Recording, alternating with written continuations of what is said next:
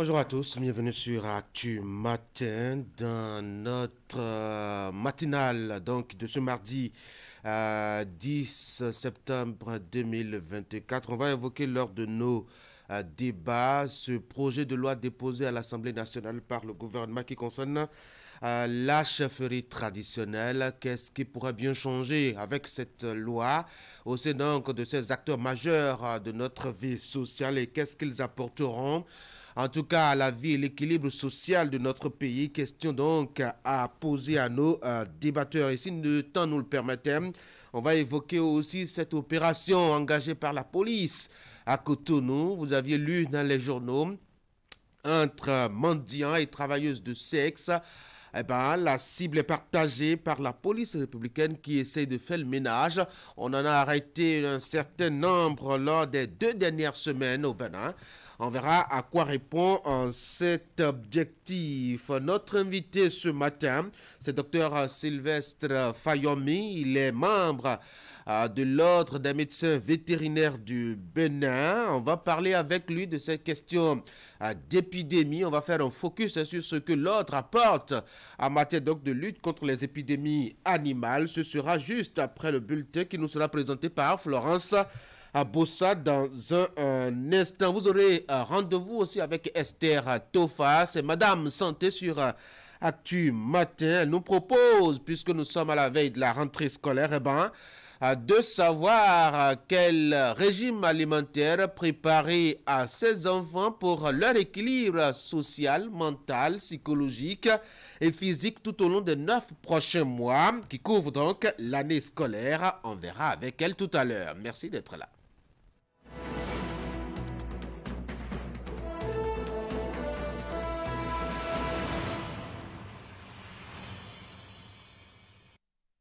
Et voici la une des journaux chez vous pour commencer. Introduction du projet de loi sur la chefferie traditionnelle au Parlement.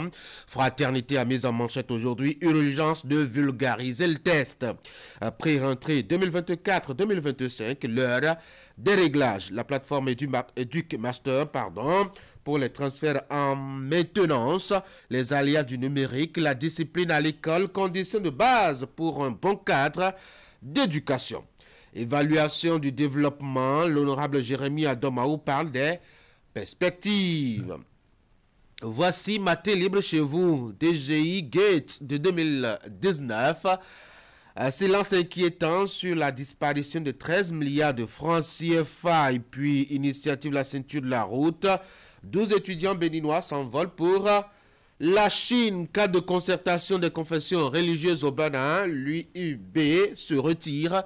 L'UIB, c'est l'Union islamique du Bénin. Et puis kidnapping de Steve Moussou à Lomé, mystère autour des 2 autres présumés ravisseurs. Voici le matinal année scolaire 2024-2025.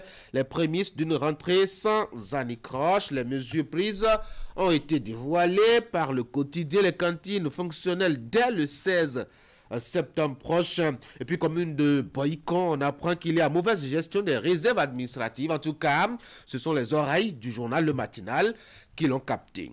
Nous sommes avec décryptage info maintenant. Zone industrielle de Glodjigbe, plus qu'un patrimoine, une fierté nationale. Et puis 3e session extraordinaire de l'Assemblée nationale. Les membres du CES désignés ce jour. Nous sommes avec le grand jury maintenant. Jeu de hasard au Bénin.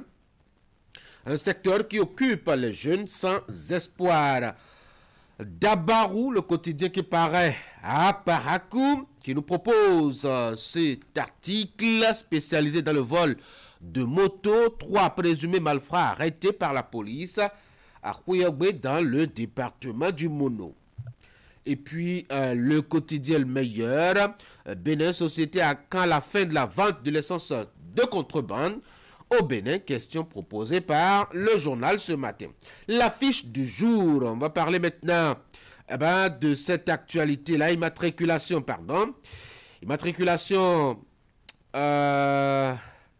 désolé, ça va arriver. Allez, immatriculation donc à l'identifiant fiscal unique au Bénin, des milliers de Béninois bloqués à cause de la NIP, nous apprend le quotidien l'affiche du jour. Le Figaro national, média, et ça c'est une mauvaise nouvelle. 24 journalistes décédés en 8 mois seulement au Bénin. Question à se poser à propos donc de cette statistique. Et puis éliminatoire Cannes 2025, les Guépards renouent avec un mauvais départ, faut-il le rappeler. Ils ont récolté 3-0 en terre nigériane, c'était le samedi dernier. Le leader du jour, règlement des conflits entre les citoyens et l'administration publique. Les députés s'approprient la mission du médiateur de la République. Passons à Bénin intelligent. Cotonou, la police retire une 50aine de travailleuses de sexe des rues. Je vous en parlais à l'entame de cette émission. On se posera la question tout à l'heure de savoir pourquoi est-ce que la police en fait une priorité dans les rues de Cotonou. La boussole, deuxième édition des retrouvailles des femmes leaders dans les collines. Rundanumbo et la dynamique chat pour l'autonomisation de la gente féminine. Le routier Canet Noir décède d'un professeur suite à un malaise à l'université d'Abomey. La visite donc hier. Puis religion au Bénin, l'Union islamique du Bénin se retire du cadre de concertation des confessions religieuses. Nous sommes de retour à la une de Fraternité pour la deuxième lecture. Introduction du projet de loi sur la chefferie traditionnelle au Parlement. Urgence de vulgariser le test. Et puis pré-rentrée 2024-2025, l'heure des réglages a sonné. La pré-rentrée, c'était donc hier. La plateforme EducMaster pour les transferts en maintenance. Les aléas du numérique, conclut le quotidien. Et puis la dynamique à l'école. La discipline, à l'école, condition de base pour un bon cadre d'éducation. Un dernier titre pour boucler. Évaluation du développement au Bénin. L'honorable Jérémy Adomaou parle des perspectives.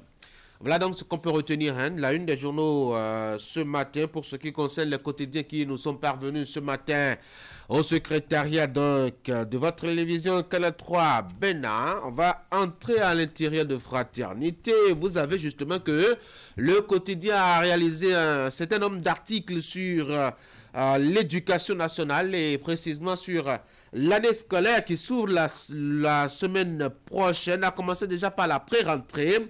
Beaucoup de formalités d'inscription et nettoyage et au cœur des activités. Le journal est allé constater ce qui s'est passé hier dans certains établissements. Le journal qui d'ailleurs a proposé et préconisé de promouvoir la discipline à l'école. C'est un gage de réussite et d'équilibre pour l'école. En tout cas, selon le constat du quotidien. Vous aviez bien d'autres éléments liés à la rentrée scolaire et à l'année scolaire au Bénin avec cette plateforme EducMaster qui est en maintenance actuellement. Que s'est-il passé? Le journal vous donne quelques détails, quelques avis aussi, mais cette fois-ci on quitte le domaine de l'éducation pour parler sport avec ce représentant du Bénin en compétition africaine, notamment pour la Coupe CAF. Il s'agit de Dadje FC. Comment est-ce que le club se prépare? Fraternité a réalisé c'est un homme de dossier là-dessus, avec déjà question à Yaya Kone, qui est l'entraîneur donc de ce club, qui s'est livré au journal qui paraît à Ménotin. Vous aviez aussi quelques éléments, toujours concernant l'actualité de ce club, avec son calendrier de préparation pour le match contre donc le club marocain qu'il va rencontrer pour l'étape suivante. En tout cas, l'actualité des sports, ce sera tout à l'heure sur l'Actu Matin, Sport Matin, avec Candide Runeto qui va prendre les commandes. On n'en est pas là encore. On va passer maintenant au bulletin de l'information avec Florence Bossa. Florence, bonjour. Bonjour à vous, Tanguy. Bonjour, chers amis téléspectateurs. 2 jours de réflexion pour renforcer les compétences des acteurs de l'agroalimentaire en technique de gestion de froid à Grand Popo. C'est une formation initiée par la Commission permanente agriculture, élevage et pêche, foresterie et arboriculture de l'Académie nationale des sciences arts et lettres du Bénin. Détail à suivre. Nous parlerons également de la finale du tournoi de football dénommé tournoi de la fraternité. C'est une initiative du chef d'arrondissement de Torquay, commune de Semekpodji, avec pour objectif d'offrir des loisirs sains à la jeunesse et la convier à l'union. Voici le bulletin.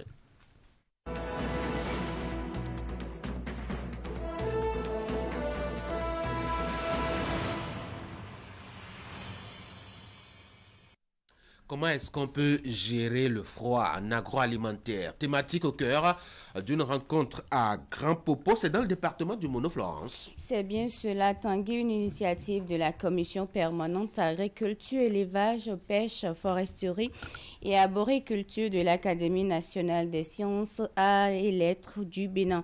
2 jours de réflexion pour doter les acteurs de l'agroalimentaire de compétences avancées en gestion de froid. Retour ici sur la cérémonie d'ouverture des travaux.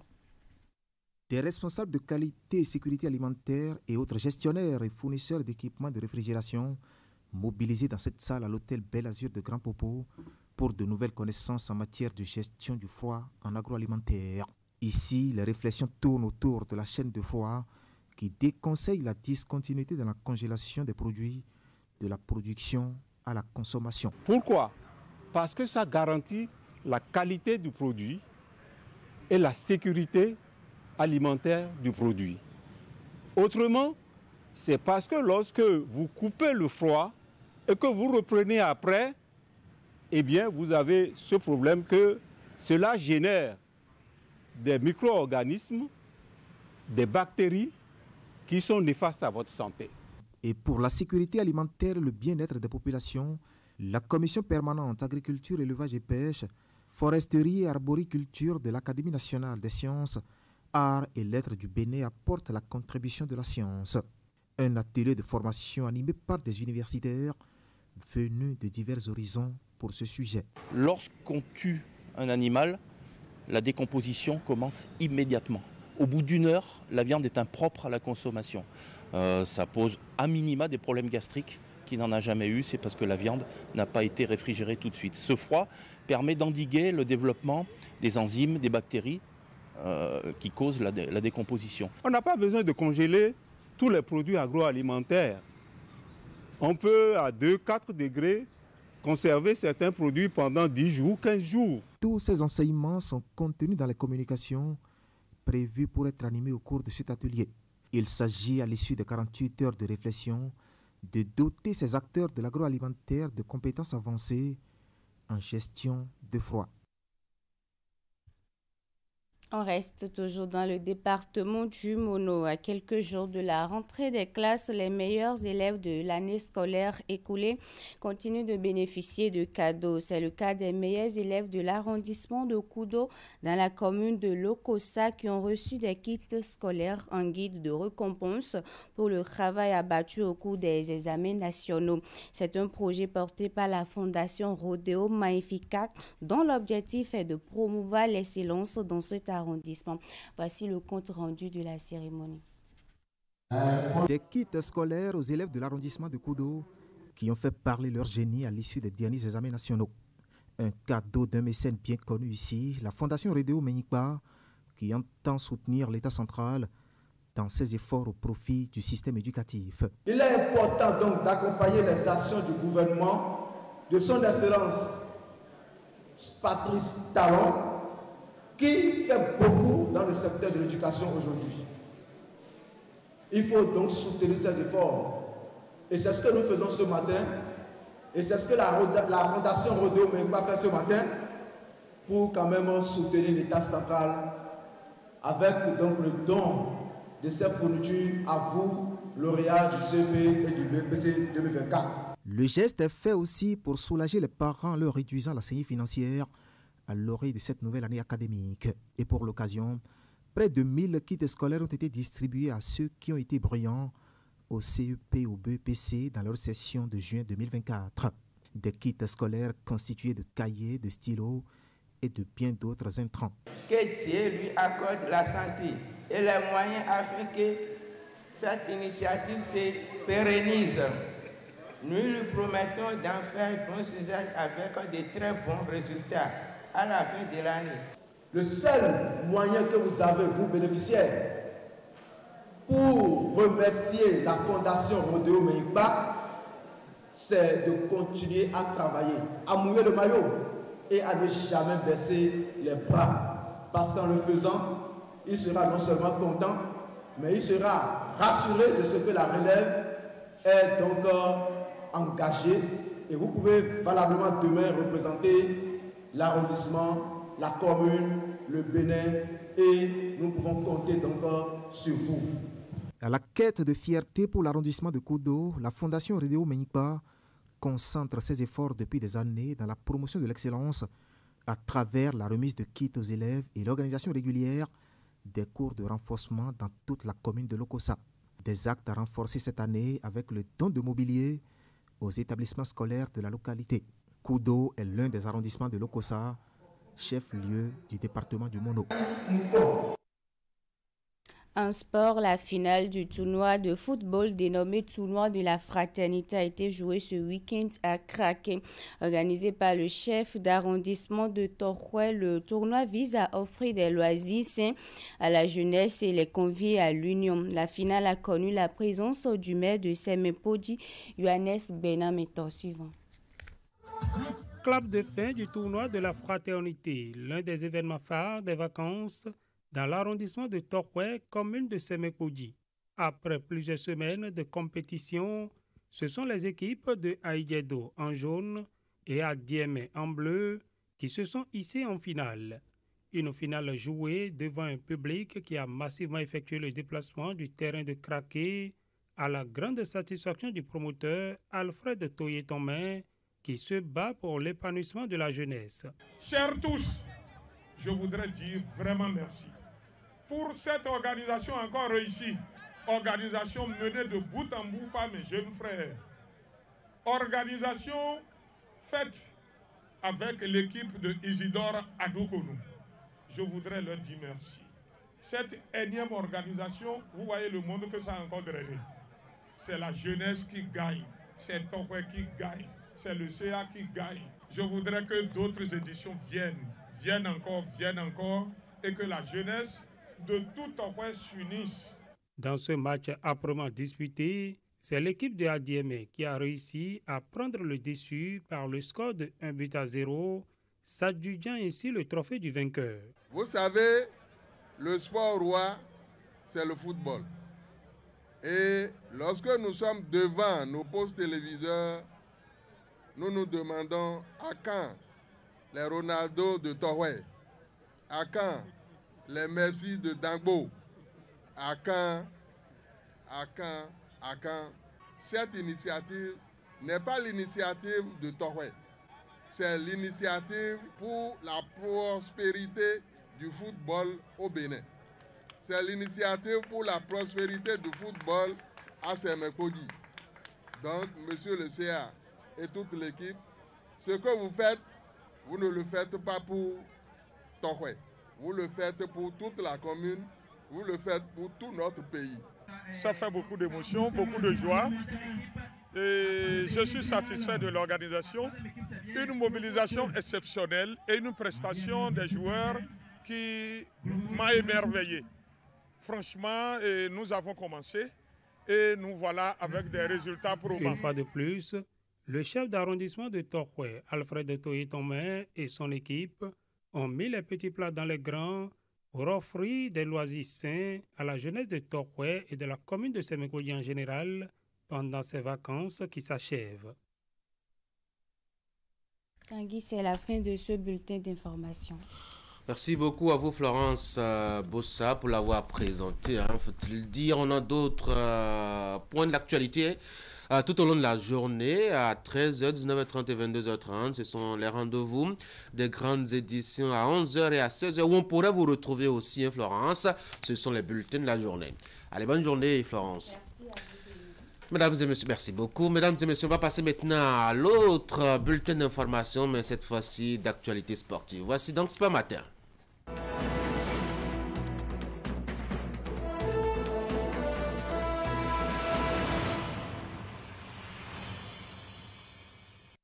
Candide Roueta, bonjour. Tanguy Agaï, bonjour. On a beaucoup de disciplines au menu de Sport Matin ce matin. Mais déjà, on va commencer par le handball avec la Ligue Pro, saison 2024 qui a repris le week-end écoulé avec la phase des playoffs. La compétition aborde ce mardi la 3e journée. Oui, Tanguy, il faut dire que cette phase des playoffs est la dernière phase du championnat et elle va se dérouler sous un format linéaire à poule unique dans les deux catégories pour un total de 27 matchs à disputer du 8 au 14 septembre prochain. On fait d'abord le point de la deuxième journée déroulée ce lundi avant les affiches du jour. Chez les dames, Aspac enregistre une nouvelle victoire. Les Portugais se sont imposés par un score de 40-30 à leurs homologues de la Somodel. Flowers CNSS aussi enchaîne avec un deuxième succès face à Adidja Handball Club. 27-23. Chez les hommes, Assomodel s'est incliné 25-32 devant Aspac Handball Club. ASEC Handball Club a courbé les chines devant Flores CNSS. 23-42 pour finir. Adidja Handball Club a battu Buffalo Handball Club. 36-29. Cette phase des playoffs aborde ce matin sa troisième journée avec plusieurs affiches au programme. Chez les dames, dès qu'il va sonner 11h, Flambeau SC affronte Assomodel, puis à 15h, Aspac Handball Club va en découdre avec Adidja Handball Club. Chez les hommes, Assomodel affronte ASEC Handball Club à 9h.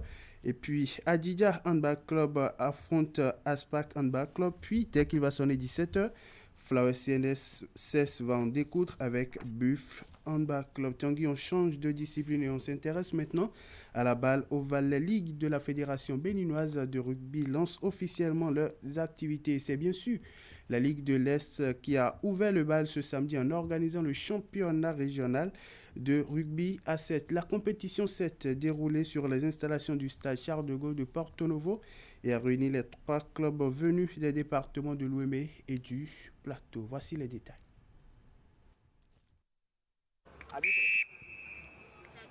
Les réformes entreprises à la Fédération béninoise de rugby entrent dans leur phase active.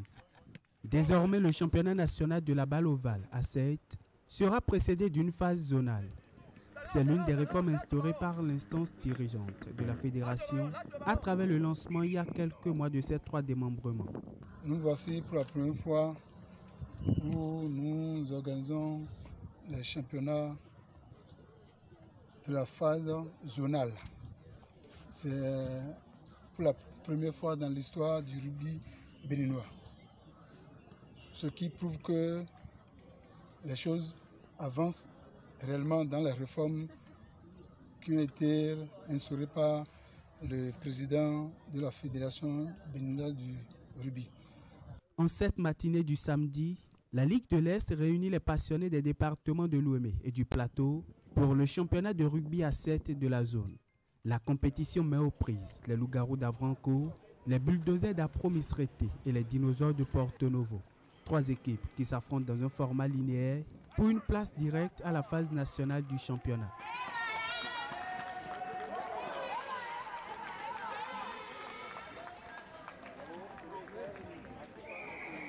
Je vais d'abord remercier la fédération qui a reparti maintenant le championnat en Ligue et nous faisons partie de la Ligue Est. Je suis fier, je suis très content par l'organisation de la fédération parce que c'est une bonne chose. Je suis vraiment d'accord avec la fédération pour le geste qu'ils ont eu à faire pour notre fédération. Parce qu'il y a longtemps, on n'a plus joué les championnats. Mais aujourd'hui, ils ont relancé les bonnes choses. Au thème des différentes rencontres de la compétition, Loup-Garou Rugby Club surclasse ses deux adversaires avec 2 victoires en autant de sorties, 31-0 et 36-7, respectivement face à Bulldozer et Dinosaur Rugby Club. Une performance qui qualifie directement le club pour la phase nationale. De notre côté, on a maintenu notre position parce que c'est le travail paie. On n'a jamais baissé les bras, on continue toujours de travailler, ce qui a donné le résultat qu'on a obtenu tout à l'heure. Donc on n'est pas totalement fiers de ce qu'on a fait, mais on vous rassure de revenir encore en force. On a eu un peu de retard dans le lancement des compétitions, mais ça ne donne pas l'impression à voir ce que les athlètes ont fourni aujourd'hui. Ça ne donne pas l'impression qu'il y avait une longue attente et qui se préparait. Et on a senti de l'engouement dans ce qui a été présenté aujourd'hui comme jeu. Cette phase zonale du championnat national de rugby à 7 va se poursuivre dans les tout prochains jours avec les compétitions des ligues maritimes et du Nord. Allez, d'une fédération à une autre, celle béninoise de lutte a organisé ce week-end le tournoi régional de qualification en lutte africaine des clubs et associations sportives de la zone sud. La compétition s'est déroulée le samedi à Cotonou et a réuni 11 clubs et associations sportives de la zone sud qui se sont affrontés durant plusieurs heures. Pour les 3 derniers tickets en jeu pour la phase nationale, environ une centaine de lutteurs et lutteuses des départements de l'Atlantique, du littoral et de l'Omé, puis du plateau se sont mesurés les uns aux autres en combat individuel dans les catégories des moins de 66, 76, 86 et 100 kg chez les hommes, puis dans les catégories de moins de 60 et 70 kg chez les dames. Au thème de la compétition, Eulizo Lutte Club, Alafia Lutte Club et 2AB sont les clubs et associations sportives qui se sont offerts les 3 dernières places qualificatives à la phase nationale. Ainsi, ces 3 clubs qualifiés dans la zone sud s'ajoutent aux 2 équipes qualifiées dans la zone centre, dont l'AS Colombe de Dassa, l'AS Léopard d'Abomey, puis aux 3 clubs de la zone nord, notamment Mazini Lutte Club, Gouni Lutte Club et Pontet Lutte Club. Ceci pour un total de 8 équipes attendues à la phase nationale du championnat prévu se tenir au mois de décembre prochain à Cotonou-Tanguy. La Fédération béninoise de kickboxing et disciplines associées a organisé ce week-end la première édition du championnat national. La compétition s'est déroulée ce dimanche à Godomé et a réuni les athlètes venus de 6 départements du pays qui se sont affrontés dans plusieurs catégories. Plus de précisions dans ce reportage de Jules Echo, présenté par Esther Toufa. Parés dans leurs équipements de boxe, ces jeunes débutent leur combat après les consignes de l'arbitre central. Classés dans la catégorie des moins de 30 kg, ils ont offert une prestation de haute qualité au public rassemblé ici. Voilà. Troisième round. Après ce combat, les moins de 57 kg entrent en scène.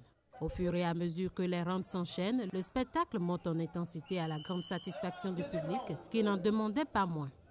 Cette fois-ci, dans la catégorie des moins de 86 kg, une étape semi-professionnelle, les coups de poing et de pied s'intensifient. Tout d'abord, je remercie mes coachs et mes parents. Après cette victoire, je suis tellement contente parce que je travaillais dur tous les jours pour pouvoir gagner ce combat. Bien sûr que je suis satisfait de ma performance parce que c'était pas facile. Surtout mon adversaire qui était assez coriace quand même, faut le dire. Une première édition organisée pour mettre en lumière les talents sportifs dont regorge le Bénin, suivant un programme bien établi.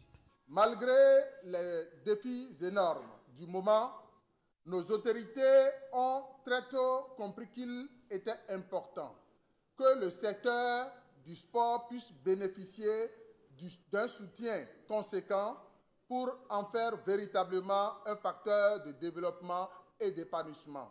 On devait avoir 15 combats, mais au dernier moment, c'est 14 combats qu'on a pu gérer. Et alors, il y a 2 combats enfants et un combat dames, et puis les combats qui ont suivi. Et après ça, il y a eu 4 combats super fight, semi-pro. Représentant le président du Comité national olympique et sportif béninois, le secrétaire général a félicité cette jeune fédération d'appartenir déjà à la structure fêtière de toutes les disciplines. Bravo à vous. Participez à la fête sportive du kickboxing dans le fair play, dans le respect des valeurs éducatives du sport et de l'olympisme, les valeurs d'amitié, les valeurs de solidarité, les valeurs de respect, mais aussi et surtout des valeurs d'excellence. Au terme des 14 combats disputés, les kickboxeurs les plus méritants sont repartis avec des médailles et des certificats d'honneur. Un championnat à l'issue duquel des combattants semi-professionnels prendront part au championnat d'Afrique à Johannesburg qui se tiendra du 9 au 12 décembre prochain. C'est une première dans l'histoire du kickboxing béninois et discipline associée en ce qui concerne l'organisation du championnat de la discipline, une discipline qui a vu le jour au Bénin il n'y a pas longtemps. Absolument, et qui fait son petit bonhomme de chemin. Candidat, on va changer. deux disciplines. On va parler football maintenant et on commence par les compétitions interclubs de la CAF. Dadje FC du Bénin, seul représentant encore en lice. Après l'élimination de Coton FC, affûte ses armes pour le deuxième tour des préliminaires de la Coupe CAF. Oui, après avoir réussi à passer avec brio le premier tour, le club d'Aplakoui va jouer au tour suivant l'équipe vice-championne en titre de la Coupe de la Confédération. Il s'agit de la Renaissance sportive de Berkane et bien entendu étant bien conscient du calibre de l'adversaire, le vice-champion du Bénin qui a disputé le premier tour avec un effectif assez réduit, a procédé au renforcement de son effectif, notamment quelques postes stratégiques. Ceci grâce au soutien de la SONEB à travers sa société sportive SONEB Sport SA. Dadje s'est attaché les services de 6 nouveaux joueurs, dont 2 Béninois, 2 Ivoiriens, 1 Burkinabé et puis 1 Togolais. Je vous propose ici le visage des nouvelles recrues du club dans ce résumé que nous propose Maël Le Roubelou. Ils sont 6 nouveaux joueurs à rejoindre le club du peuple. 3 défenseurs, dont 1 central et 2 latéraux, 2 milieux de terrain et 1 attaquant. Voilà la substance des renforts du club de Dadje FC. Le club qui se prépare activement pour le deuxième tour préliminaire de la Coupe CAF a présenté ses nouvelles acquisitions. Il s'agit de l'attaquant ivoirien Salif Bagaté, âgé de 34 ans, qui arrive en provenance de l'AS Douane du Burkina Faso.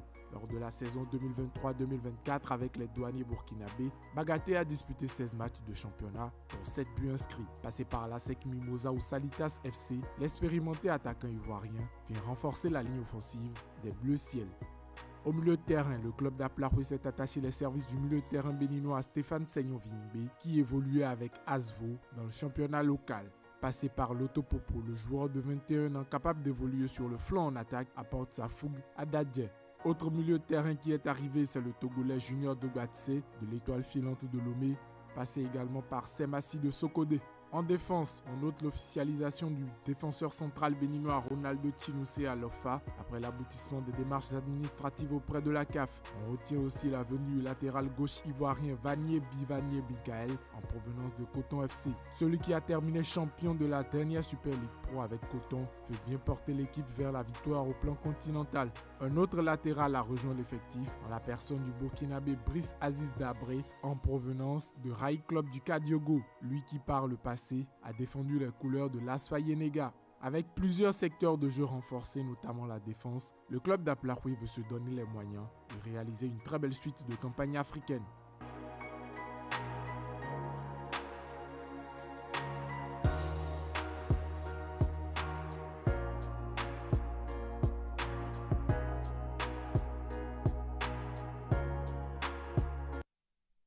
Voilà pour ce qui est donc des nouvelles recrues du club d'Aplakoui en vue du deuxième tour des préliminaires de la Coupe de la Confédération. Toujours dans le cadre de sa préparation pour cette étape de la compétition, plutôt de cette campagne, Dadje FC a disputé ce dimanche 8 septembre 2024 une rencontre amicale contre le club togolais de l'ESCO de Kara. C'était sur les installations du stade de l'amitié générale Mathieu Kérékou de Cotonou. Sur les images, les choses ont d'ailleurs bien démarré pour les locaux avec l'ouverture du score dès la 6e minute de jeu de Sélazier blesse l'attaquant ghanéen qui continue de prouver tout son talent match après match. Et le score restera inchangé jusqu'à la pause, mais au retour des vestiaires, les visiteurs ont présenté un nouveau visage en se montrant beaucoup plus mordant et offensif. L'égalisation finit par arriver à la 112e minute de jeu sur un coup de tête de Traoré Sidiki. Puis, 8 minutes plus tard, sur une frappe sèche à ras le sol juste à l'entrée de la surface de réparation, Ouro Bodiva inscrit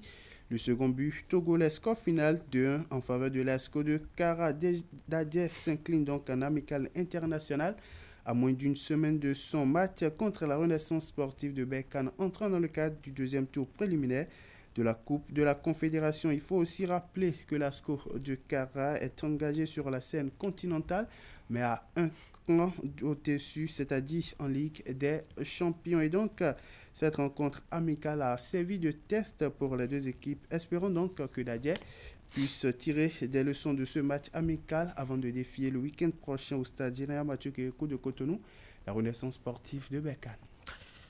Merci Candide Roueto. Je ne vais pas vous laisser partir sans ce petit mot au sujet de ce qui doit faire en réalité l'actualité footballistique de la journée. C'est les éliminatoires de la Coupe d'Afrique des Nations pour sa version de 2025 prévue pour se dérouler au Maroc. Les matchs se poursuivent.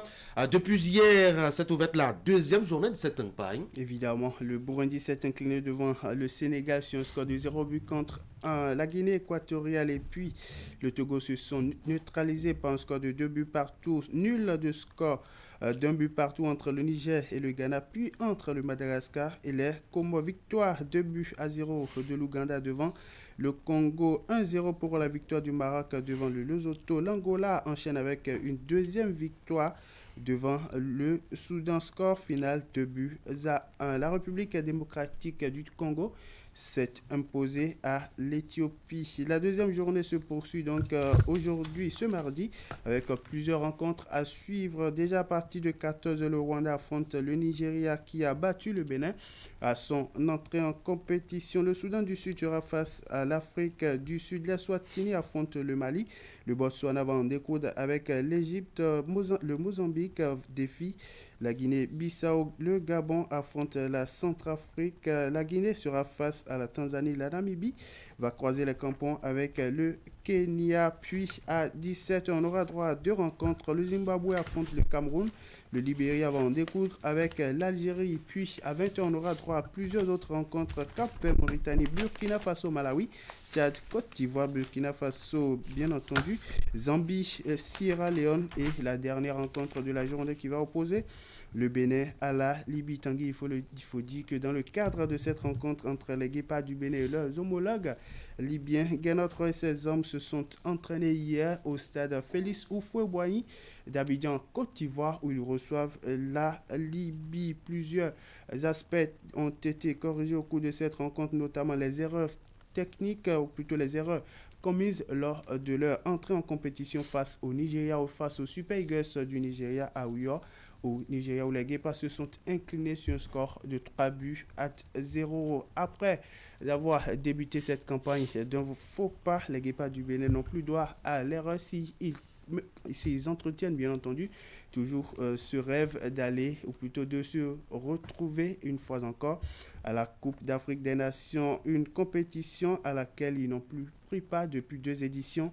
Déjà, de toute façon, Guénotre et ses hommes se sont entraînés hier au stade Félix Houphouët-Boigny de la Côte d'Ivoire. Et bien entendu, la rencontre entre le Bénin et la Libye est prévue pour ce soir à partir de 20h.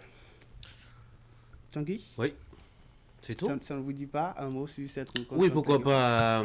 J'avoue que, pour être honnête, je ne connais pas beaucoup l'équipe libyenne, même si quand même, je crois l'année passée, elle a fait quand même quelques merveilles en matière donc, de résultats pour ces campagnes, notamment pour le compte donc, des éliminatoires de la Coupe du Monde. Alors, je me pose beaucoup de questions sur les chances, en tout cas, du Bénin face à cette équipe qui est presque inconnue. Surtout que l'équipe libyenne a disputé pour la première journée des éliminatoires de la Coupe du Monde face au Rwanda. L'équipe a fait un nul, d'un but partout en Rwanda, que le Bénin connaît bien d'ailleurs, en Rwanda, qui n'est pas aussi une moindre. Voilà. Donc, si la Libye a pu quand même réaliser un nul face à cette équipe, le Bénin devra faire fort face à cette équipe, surtout que les Guépards ont débuté d'un mauvais pied. Ah oui, avec ce cinglant 3 buts à 0 en terre nigériane, j'avoue que ça fait souffrir. En tout cas, les férus du football et les supporters de l'équipe nationale, j'espère qu'on va se remettre de cette émotion vive au bout de la journée, puisque le match est prévu pour le 20h de Cotonou. On verra bien ce que ça va donner. Quels sont vos pronostics, vous? On va juste souhaiter bonne chance au Guépard du Bénin. Vous ne voulez pas prendre de risque ce matin, Candide. Bonne journée à vous. Merci, pareil. Bonne journée à nous tous, donc, pour ceux qui aiment le football et les Guépards du Bénin. On va passer maintenant à notre invité ce matin, c'est Dr Sylvestre Fayomé. Il est le secrétaire général de l'Ordre national des médecins vétérinaires du Bénin. Avec lui, on va parler de l'épidémie de la peste porcine au Bénin, de la santé animale de façon générale au Bénin et de ce que l'Ordre fait dans ce domaine précisément. Voici notre invité.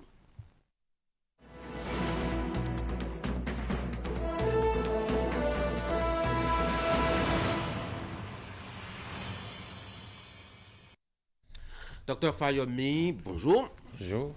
Je rappelle, vous êtes secrétaire général de l'Ordre national des médecins vétérinaires. Secrétaire général adjoint. Voilà. Ah d'accord. Voilà. Bon, secrétaire général, adjoint, c'est secrétaire général. Voilà. De l'Ordre national des médecins vétérinaires du Bénin. Merci d'être venu sur Actu Matin. Nous allons parler, comme je l'ai annoncé, de l'actualité dans le domaine de la santé des animaux au Bénin. Justement, parlant de santé des animaux au Bénin actuellement, c'est l'épidémie de la peste porcine à PRRM. Ça nous a fait beaucoup peur. D'abord, la question que je vais poser, devrait-on avoir peur, nos consommateurs de viande de porc? Merci beaucoup. Je salue vos téléspectateurs. Ouais. En principe, non. On ne devrait pas avoir peur. On peut consommer la viande de porc. Il n'y a pas de souci. La peste porcine n'est pas une zoonose. Et donc, qu'est-ce que vous appelez zoonose? Ce n'est pas une maladie commune entre l'homme et l'animal. C'est une maladie. Ce n'est pas une maladie qui peut se transmettre de l'animal à l'homme ou de l'homme ou vice-versa. Donc, ce n'est pas une zoonose. C'est une maladie spécifique du porc. Et donc, à partir de ce moment, on ne doit pas avoir peur. Bien. Mais ce n'est pas une raison non plus pour banaliser. Pour banaliser, voilà. Je sais qu'actuellement, il y a des foyers, la maladie étant endémique au Bénin, il y a des foyers qui se déclenchent par moment, de temps en temps. Et donc, il y a la direction de l'élevage, des services vétérinaires qui prennent souvent les dispositions et qui donc essayent de quadriller un peu la zone et pour que ça ne se propage pas trop. Voilà. Il faut dire que ça, en fait, c'est peut-être les éleveurs eux-mêmes qui ne suivent pas un peu les mesures de biosécurité. On en reviendra tout à l'heure, voilà, justement aux causes. Ouais. Mais qu'est-ce qui engendre justement cette peste-là? Puisque vous aviez dit que c'est quand même des foyers endémiques et ça vient de temps en temps. J'ai bien l'impression qu'on n'en a pas fait, en tout cas, mettons, une préoccupation principale. Alors quand même que même si les hommes ne peuvent pas en tomber malades, il y a quand même que c'est l'économie qui est quelque part éprouvée et que les éleveurs qui investissent beaucoup aussi se trouvent traumatisés quand ils ont sous les bras comme ça. S'il vous plaît, on a dit 200 têtes qui sont tombées. Évidemment. Mais il faut dire que c'est depuis 1997 que la maladie s'est installée. Au Bénin. Et il n'y a aucun moyen pour l'éradiquer totalement. Et ce serait un peu difficile parce que c'est totalement endémique. Quand on voit déjà les mouvements, tels que les mouvements d'animaux s'opèrent sur le terrain, il sera difficile de l'éradiquer, surtout qu'il n'y a pas de vaccin pour cette maladie. Voilà. Mais seulement, il est à souhaiter que les éleveurs suivent les conseils et les instructions des services vétérinaires. Et puis, je crois que c'est vrai que ça s'est déclenché quelque part, mais si on prend les mesures, ça ne pourra pas se propager dans tout le pays. Ça veut dire qu'il y a encore des éleveurs. Même à PRRM, on peut trouver des éleveurs qui ont encore leurs animaux, d'accord, et qui n'ont pas connu ce problème. Voilà. C'est dire que souvent, c'est parce que les gens ne respectent pas, comme je le disais, les mesures de biosécurité. Quelles sont les mesures justement que vous leur enseignez? Ah oui. Lorsque vous élevez, par exemple, les porcs quelque part, il faut quand même une certaine propreté, n'est-ce pas? Non seulement pour les animaux. C'est un peu contradictoire, non? Porc, propreté. Ah, mais le porc est l'animal le plus propre. Sérieusement? Oui, naturellement, l'animal, c'est un animal propre. Moi, je peux vous dire, quand j'étais encore sur les bancs, il était arrivé une période à Cuba, j'ai fait Cuba. Et donc, j'ai vu mes professeurs d'université élever des porcs dans leur chambre à coucher. Ah oui? Ça vous étonne? Comme un chat? Ah oui, j'ai vu, c'est pas qu'on m'a raconté. Dans leur chambre à coucher. Et ça ne sentait pas du tout. Je dis bien, du tout. Ça doit être un travail harassant, ça doit être un travail titanesque. Que de faire de l'espace du porc un espace parce que bon, la période s'y prêtait, parce que c'était sous l'effet du blocus américain. Cuba était totalement isolé et donc il fallait compter sur ses propres forces. Il fallait produire. Et il fallait produire. Et tout le monde, le gouvernement avait mis tout le monde au travail, tout le monde devait produire quelque chose. Tu peux être professeur de ce que tu es, tu dois produire quelque chose. Donc, ça fait qu'il y en a qui ont fait cette option de produire des porcs. Ils n'ont pas l'espace, mais ils ont divisé la chambre. Vous bien imaginer un locataire en train d'élever du porc dans sa chambre à coucher. Donc, c'est pour dire, assez drôle. Hein? C'est pour dire qu'il y a les mesures biosécurité qu'il faut observer.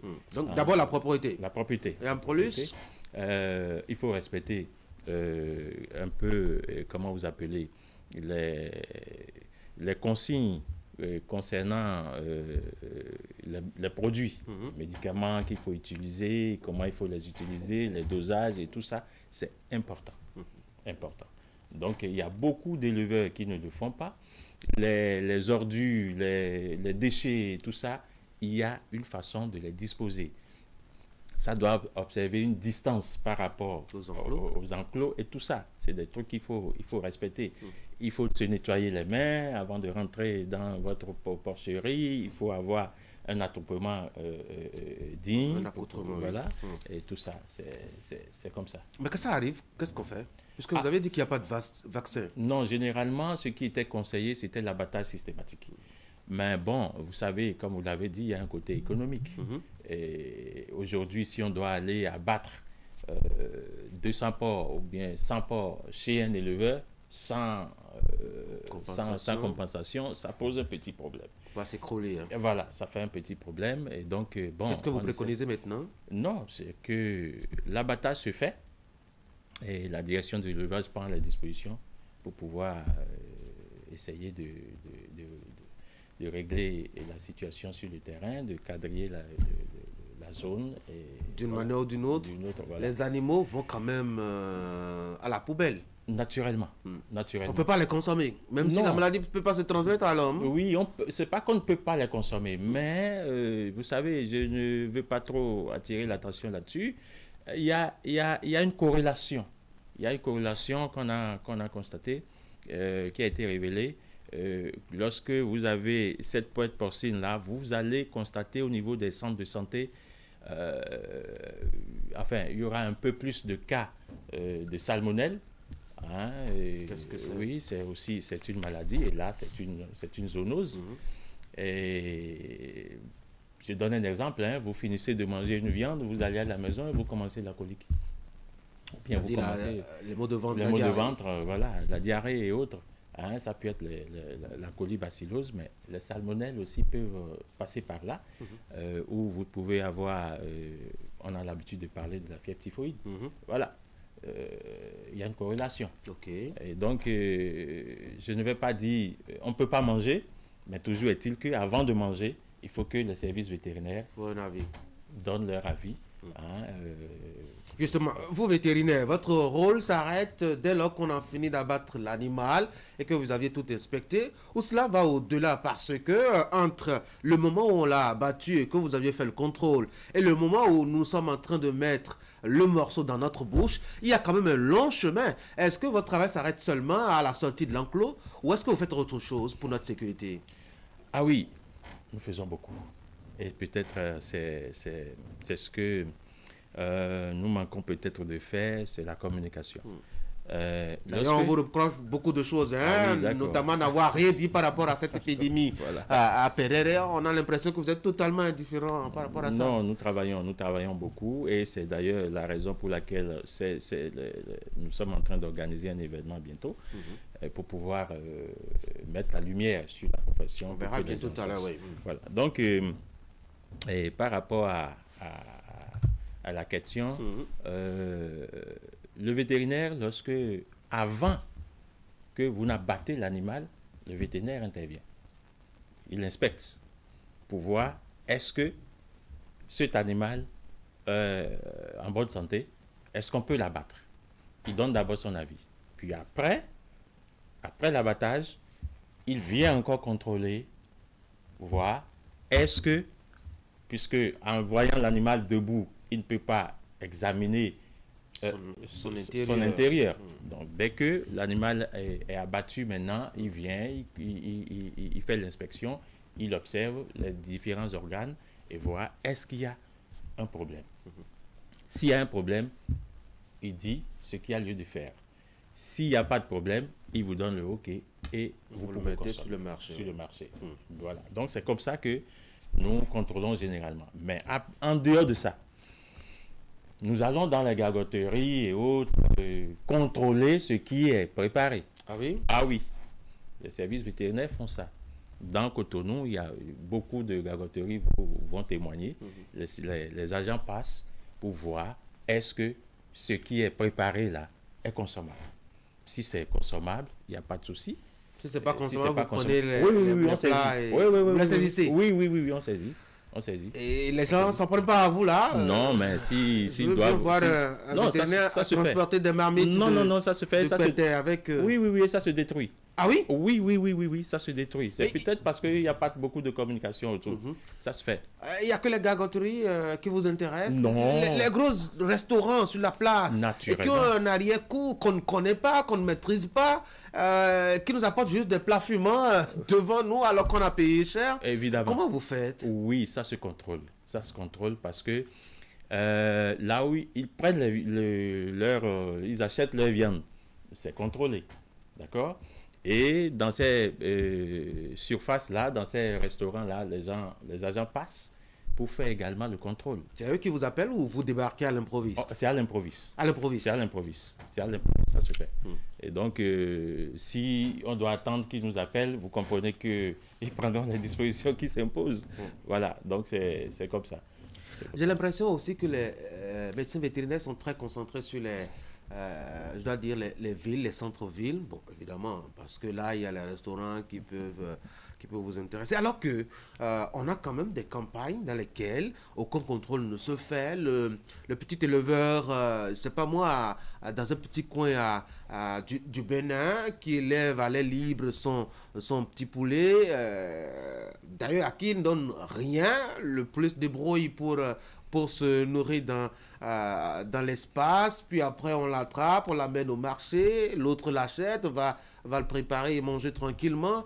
C'est de gros risques. Comment est-ce que vous faites pour avoir un œil sur tout cela? Il faut dire que effectivement, il y a une petite concentration des vétérinaires dans les villes, mais cela ne veut pas dire qu'on n'a pas le regard dans les autres localités. Comment vous faites? Voilà, on a des agents sur le terrain. On a des agents sur le terrain qui travaillent et qui font des rapportages. Des retours. Comment vous êtes organisé, je veux dire, pour couvrir l'espace national? Ah oui, parce que vous savez, il y a quelque chose que nous expérimentons au Bénin, le mandat sanitaire. C'est-à-dire que moi, je suis installé par exemple ici, mais l'État, la loi, le législateur a prévu que quand l'État n'a pas la compétence, n'est-ce pas, il prend appui sur le privé. Et donc, il donne mandat au privé qui est dans la zone pour exercer le contrôle. Et donc, moi, par exemple, j'ai 3 communes où j'exerce. Et donc, ce qui fait que tout ce qui se passe dans la zone, j'ai des agents qui y travaillent. Et tout ce qui se passe dans la zone, je suis au courant. Mais et je rends compte à l'autorité. On sait très peu tout ce que vous faites sur le terrain. Maintenant, par rapport à votre poulet qui quitte le village pour le marché, dans les marchés, il y a un contrôle qui se fait. Comment? Ah oui, les agents passent dans les marchés et font parfois même des prélèvements. On fait des prélèvements sur les animaux vivants. Là. Oui. Au niveau des animaux vivants, on va voir les vendeuses. D'ailleurs, elles connaissent déjà les agents. Donc, quand ils arrivent, elles savent que ce n'est pas pour tuer leurs animaux. C'est peut-être pour faire quelques échantillonnages. Et puis, bon, ils envoient les échantillons au labo. Et le labo peut nous situer, peut dire dans ce marché. Il met combien de jours le labo pour nous situer? Non, 2 mois, 3 mois? Non, pas du tout. C'est en 24 heures, 48 heures, 72 heures, on vous sort le résultat. Bon. Et ça permet de savoir quelles sont les maladies qui circulent dans le marché. Et ça nous donne déjà une idée de ce qu'il y a dans la zone, puisqu'on sait que c'est dans la zone, c'est de la zone que les animaux viennent. Donc, on a une idée claire de ce qui se passe et les dispositions sont donc prises. Ce n'est pas seulement au niveau des volailles, au niveau des autres espèces, que ce soit les petits ruminants, que ce soit les porcs, que ce soit... on fait l'échantillonnage au niveau des marchés. Et donc, ça fait que les autorités compétentes ont une idée claire de ce qui se passe sur le terrain. Vous avez donc une idée de tout ce qui se fait, notamment donc, je dois dire, dans chaque zone du territoire national du Bénin. Mais comme je le disais, hein, très peu connu, vos activités. Pourquoi est-ce que vous vous enfermez dans le silence? Bon, est-ce que nous restons dans le silence? Vous savez, si je vous dis que votre santé... pas du vétérinaire. Qu'est-ce que vous allez me dire? C'est que c'est une évidence. Ah, puisque la santé, c'est d'abord ce que je mange. Voilà, très bien. C'est ça. Le vétérinaire est au centre de tout. Et c'est pour ça qu'aujourd'hui, dans le concept One Health, le vétérinaire est au centre. Hein? Que ce soit au niveau santé humaine, santé environnementale, le vétérinaire au centre. Parce que tout ce que nous faisons, il faut déjà dire que nous n'avons pas nous avons un code de déontologie qui nous interdit la publicité. Donc, on ne peut pas se lever et dire, bon, moi je fais ci, moi je fais ça, tout ça. C'est encadré au niveau de l'ordre. C'est l'ordre seul qui peut... Mais les communiqués pendant les épidémies, les petits rapports annuels pour montrer un peu tout ce qui a circulé comme maladie, les petits rappels pour qu'on sache à la maison ou dans un centre d'élevage comment est-ce qu'il faut se comporter, etc. Ça n'a pas besoin, enfin, ce n'est pas assimilable à de la publicité, c'est de l'information. Ça, c'est vrai. Et face aux épidémies et autres, l'ordre émet des avis. Mais généralement, c'est comme je l'ai dit tout à l'heure... Qui ne sont pas publics. Qui sont publics, mais en réalité, c'est parce que nous ne faisons peut-être pas la communication autour. Sinon que nous émettons des avis. Il y a les autorités compétentes qui nous font appel, qui font appel à l'ordre, demander son avis par rapport à telle ou telle situation, et l'ordre émet donc son avis et autres. Alors vous avez un rendez-vous très prochainement, vous aviez dit, les journées vétérinaires du Bénin. Ça va ressembler à quoi? On amène nos animaux ou nous les contrôler gratuitement? Comment ça va se faire? Bon, si vous le faites, il n'y a pas de souci, on est là, on le fera. Est-ce que vous êtes si nombreux pour couvrir Oui, justement. Oui. Au Bénin, nous sommes quand même plus d'une centaine de vétos. Et donc, pendant du 26 au 28 septembre prochain, au Palais de Congrès, je crois que nous allons organiser une petite lumière sur la profession. Ce serait, comme j'ai l'habitude de l'appeler, c'est la journée porte ouverte sur la profession. Et donc, il y aura des stands où nous allons présenter la profession dans toutes ses dimensions. Il y aura des communications, d'éminents professeurs. Le professeur Abiola serait là. Oui, lui qui est professeur. Très bien, voilà. Vétérinaire. Voilà. Il y a encore d'autres qui seront là, qui vont animer. Et donc, nous allons également tenir un stand pour le public. Tous ceux qui veulent avoir des informations, tous ceux qui veulent avoir de la consultation gratuite, ce jour-là, pour leurs animaux, qu'ils viennent avec leurs animaux. Même sans les animaux, ils viennent poser des questions. Des spécialistes seront là pour les éclairer. Pour les orienter. Donc, et ça sera de 3 journées bien achalandées et qui donc vont permettre aux Béninois d'avoir une idée sur la profession, sur notre profession, la profession vétérinaire, une noble profession d'ailleurs, très noble. Toutes les professions sont nobles. Voilà, voilà. Et donc, nous allons expliquer aux uns aux autres les raisons, ce que nous faisons quotidiennement, d'accord? Que ce soit, comme je l'ai dit tout à l'heure, que ce soit au niveau de ce que nous mangeons, nous assurons, de ce que nous faisons dans nos cabinets, les soins que nous faisons, voilà, et les relations que nous avons avec les autres corporations. Vous savez, ici je vous dis, les médicaments que vous prenez en pharmacie, là, vous savez que en pharmacie humaine, je dis, vous savez que les vétérinaires interviennent? Ah bon? Ah mais oui. Mais dans les laboratoires de fabrique, avant que le produit ne soit distribué, autorisé, c'est d'abord les vétérinaires qui font les essais. Parce que nous sommes des animaux d'abord. D'abord, c'est les vétérinaires qui font les essais. Ça veut dire que le vétérinaire est utile Partout. À tous les points. Voilà. Merci beaucoup à vous, Dr Sylvestre Fayomi. Je rappelle, vous êtes médecin vétérinaire, vous êtes sur ce plateau en tant que secrétaire général de l'ordre national, secrétaire général adjoint de l'ordre national des médecins vétérinaires du Bénin. On a parlé un peu de la peste porcine et de tout ce que vous faites en matière d'épidémie nationale. Et puis vous aviez annoncé justement ce rendez-vous très prochainement pour découvrir le métier de vétérinaire au Bénin et ses activités. Merci d'être passé sur l'Actu Matin. C'est moi. Bonne journée. Merci à vous. On va continuer à parler santé puisque nous sommes mardi santé matin sur l'Actu Matin. Voici Esther Tofa.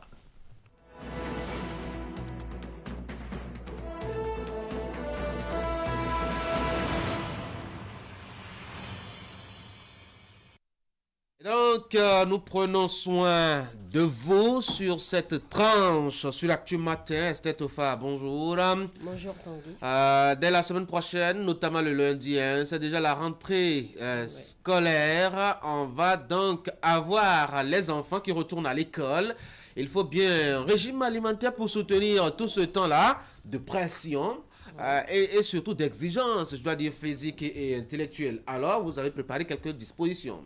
Exactement, il est important de veiller sur l'alimentation des enfants en période de rentrée, surtout que c'est 9 mois, je dirais de dur labeur, parce que ce n'est pas facile, 9 mois durant d'aller à l'école, sous la pluie, sous le soleil, avec tout ce que ça demande comme effort physique et intellectuel. Donc, il faut s'assurer que les repas que prennent les enfants en cette période soient équilibrés, c'est-à-dire qu'on retrouve toutes les protéines nécessaires, tous les nutriments nécessaires au bien-être et à la croissance, à l'équilibre de l'organisme dans ce que les enfants mangent. Donc, les céréales sont recommandées, les produits laitiers, mais pas en trop. Il faut faire dans une portion quand même. Voilà. Éviter autant que possible les aliments qui ont tendance à donner des allergies, c'est-à-dire les arachides, les amandes et consorts, quoi. Donc, il faut éviter parce que ça a tendance à créer des urticaires. Et on se sent mal à l'aise quand on a les urticaires parce qu'on est là, se gratter tout le temps. Il y a des cloques qui se forment sur la peau. Donc, il faut éviter ça, surtout pour les enfants, c'est désagréable. Maintenant, pour booster l'énergie des enfants en période de rentrée, des options saines incluant des fruits frais, les fruits. C'est très important pour les enfants, les légumes, les noix, les céréales, je l'ai dit, les protéines. C'est pas pour autant qu'il ne faut pas manger de la pâte. Il faut en manger. Voilà, les fruits. Je m'en inquiétais, si on ne parle pas de pâte. Il faut manger de la pâte, du riz, tout ce qu'on a comme aliment. Bon, même dans nos aliments au Bénin, il y a beaucoup de légumes. Donc, mais ce qu'on voit là, est-ce que c'est chez nous ça? Non, mais il y a tout cela chez nous. Ah oui? Ah oui. Je vois des fraises. En fait, là, c'est un repas complet. Oui, je vois là des fraises. Je ne sais pas si on en cultive. Non, mais on en retrouve dans mon village. Dans mon village, je connais que la banane et les oranges. Les oranges, c'est même très recommandé parce que ça produit assez de vitamine C. La banane est riche en potassium. C'est d'ailleurs ça qu'on a à l'écran. Voilà, c'est riche en potassium. Donc, ça donne assez d'énergie aux enfants, nos oranges, voilà, qui sont riches en vitamine C, qui renforcent le système immunitaire et servent à lutter contre la fatigue. Il y a également le kiwi. C'est un fruit vert. Voilà, le kiwi, on en retrouve ici quand même. Ah oui, le kiwi, moi je ne connais pas. Si, on en retrouve ici également. Et c'est comment vous en aviez consommé déjà une fois? Bon, ça a un peu le goût de la goyave, mais c'est un peu différent. C'est également riche en vitamine C. Et ça protège également, ça renforce le système immunitaire et aide à lutter contre la fatigue. Donc, tout ce qu'on voit à l'écran là, bon, c'est vrai qu'il y en a que nous ne pouvons pas retrouver ici. Nous avons autant de céréales également dans les marchés, dans les supermarchés, qu'on peut faire avec du lait et que les enfants peuvent prendre. Donc, les bouillies de mil, c'est également du céréales, les bouillies de mil, voilà, du sorgho, du soja. Mais le soja, il faut en prendre vraiment avec un dosage très réduit parce que, voilà, très modéré parce que le soja a tendance à créer des allergies. Ça comporte beaucoup d'allergènes et ce n'est pas bien pour les enfants. Mais on peut en consommer en très faible quantité. Maintenant, pour quelques conseils d'usage pour une bonne rentrée, il faut s'assurer que les enfants dorment à une heure précise. Ils doivent avoir les 7 heures au moins de sommeil. Mais là, ça devient une bagarre, hein, parce que vous leur demandez d'aller au lit, vous les couvrez normalement, ils font semblant de ronfler, dès que vous avez le dos tourné, ça y est, ils s'occupent, ils vont à autre chose. Oui, mais il faut quand même éteindre la télé, parce que c'est quand ils voient la télé, ils sont scotchés devant les dessins animés, ils n'ont pas envie de se coucher. Les miens ont un problème avec les livres. Ils n'ont même pas besoin de télé. Quand il y a un livre sous leurs cheveux, c'est compliqué de leur dire allez dormir. Ils veulent finir le livre avant de se coucher. Non, il faut faire un effort parce que le livre est là. Ils ont le temps de finir le livre. Il faut quand même avoir les 7 heures de sommeil parce que le matin, quand on n'a pas bien dormi, le résultat n'est pas cela. En fait, on est fatigué au cours, donc on a tendance à somnoler au cours, donc on ne suit même pas ce qui se dit par le professeur. Et quand les interrogations, les devoirs sont là, on ne donne pas de bons résultats. Donc, il faut quand même essayer de dormir 7 heures. Non, les parents vont veiller à ça, 7 heures de sommeil. Les laisser se détendre un peu. Ce n'est pas va chercher ton cahier, va réviser tes cours, va faire tes exercices. Il faut un calendrier bien établi pour leur permettre quand même de se détendre à un moment donné. Il ne faut pas les acculer par les cours parce que c'est stressant. Déjà, nous, adultes, on supporte un peu mal le travail tout le temps, c'est très stressant. Donc, imaginez un enfant à qui on demande d'être à tout moment concentré dans les cours. Donc, il faut lui trouver quand même un créneau pour se détendre. Si c'est pour lire, si c'est pour un peu regarder la télé, si c'est pour faire du footing. Bon, il y a des enfants qui aiment le foot, donc ils iront jouer un peu au foot avec les amis, si c'est un jeu vidéo. Mais il faut que ça là aussi soit quand même contrôlé par les parents. Il ne faut pas les laisser. Bon, il doit se détendre, donc il peut prendre toute la journée pour se détendre. Donc, toutes les fois, on peut le laisser faire jouer au foot avec. Il va finir également par ne plus se concentrer sur le travail. Donc, il y a un calendrier à établir par les parents pour quand même gérer cela.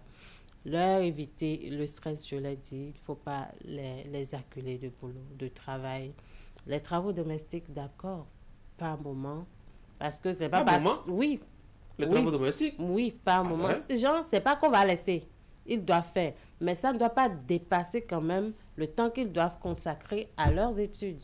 Vous leur demandez une chose et son contraire, non. Ils vont étudier. Les travaux domestiques, c'est très important. On était très excellents à l'école, mais quand on venait de l'école immédiatement, il fallait aller à la cuisine. Les temps ont changé. Ce n'est plus la même chose. Les temps sont plus modernisés maintenant. Moi aussi, j'ai fait pareil. Les parents, ils s'en foutaient du fait que tu as un exercice à faire. Parce que les temps sont modernisés, qui va s'occuper de la cuisine? En fait, on répartit les tâches. Oui. S'ils sont 2 ou 3, vous les répartissez. Une seule personne ne veut pas s'occuper de tout. Ça, c'est évident. Voilà. Donc, si on arrive à répartir les tâches, c'est sûr que l'un ou l'autre sera soulagé à un moment donné et pourra se consacrer du temps au cours. Donc, il ne faut pas, parce que c'est l'aîné, lui donner plus de travail peut-être que le cadet. Il faut savoir répartir les tâches pour soulager l'un et l'autre. Donc, c'est ce que je veux dire. Les travaux domestiques, c'est très important. Nous aussi, on en a fait. Le matin, tu dois balayer la chambre avant d'aller à l'école. Voilà, ça nous forme. Donc, concentrez-vous sur le calendrier établi pour les enfants. Leur alimentation est très, très importante. Il ne faut pas donner aux enfants des choses qui vont, à la longue, leur donner peut-être la diarrhée au cours de la journée. Trop de sucre, non. Trop de produits laitiers, non, pas du tout. Trop d'huile, le matin, il ne faut pas donner une nourriture lourde à l'enfant. Parce que quand il sera en classe, il a tendance à somnoler. Certains ne supportent pas la bouillie le matin. Tu leur donnes de la bouillie, c'est pour aller dormir toute la journée. Donc, il faut savoir ce que l'enfant supporte et ce qu'il ne supporte pas pour pouvoir quand même réguler son alimentation tout au cours des 9 mois qu'ils ont fait, parce que ce n'est pas facile, 9 mois de cours. Donc, voilà. Merci beaucoup, Esther.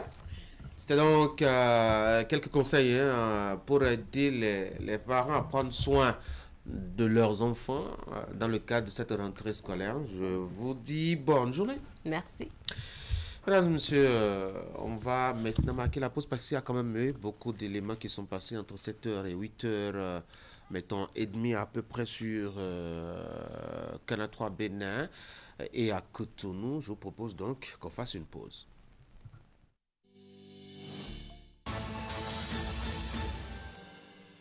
Ici, on décrypte, on analyse et on commente tout avec nos invités sous différents formats. Le maître à jouer de la majorité présidentielle sème davantage le doute et la confusion. L'intérêt de la nation est un cran au-dessus de nos intérêts personnels. Nous sommes en Afrique noire majoritairement des peuples colonisés.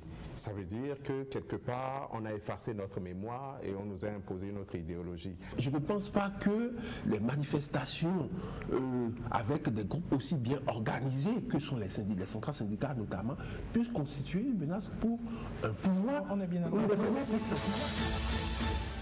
Que comprendre de ces deux terminologies? La liberté doit être forcément encadrée, voire restreinte s'il le faut, pour conserver l'ordre public. Nous ne sommes pas le président, nous sommes de procédure. Oui, nous devons avoir...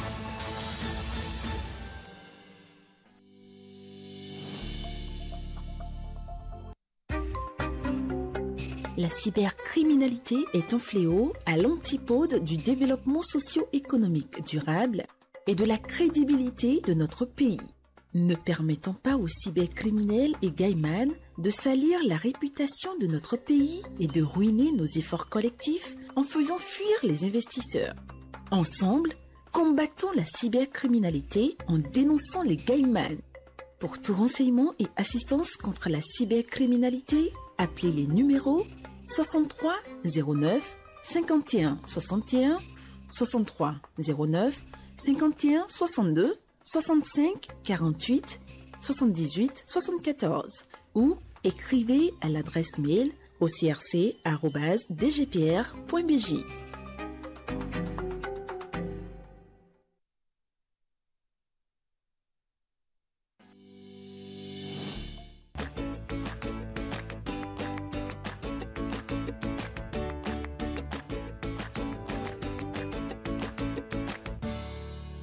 Jusqu'ici, tout va bien.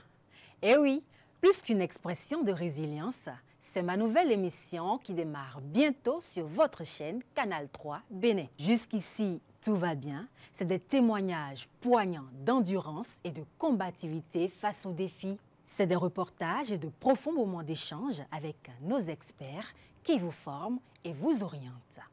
Chaque semaine, plongez au cœur du quotidien de femmes et d'hommes ordinaires et partagez leur joie, leur peine et surtout leur force extraordinaire.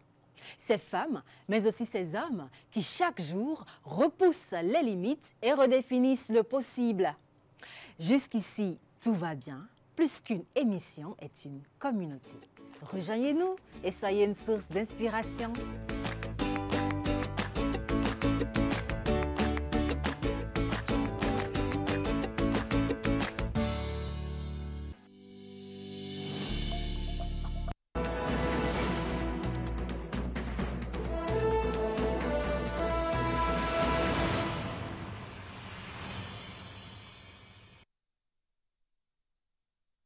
Eloïse Gaba, bonjour.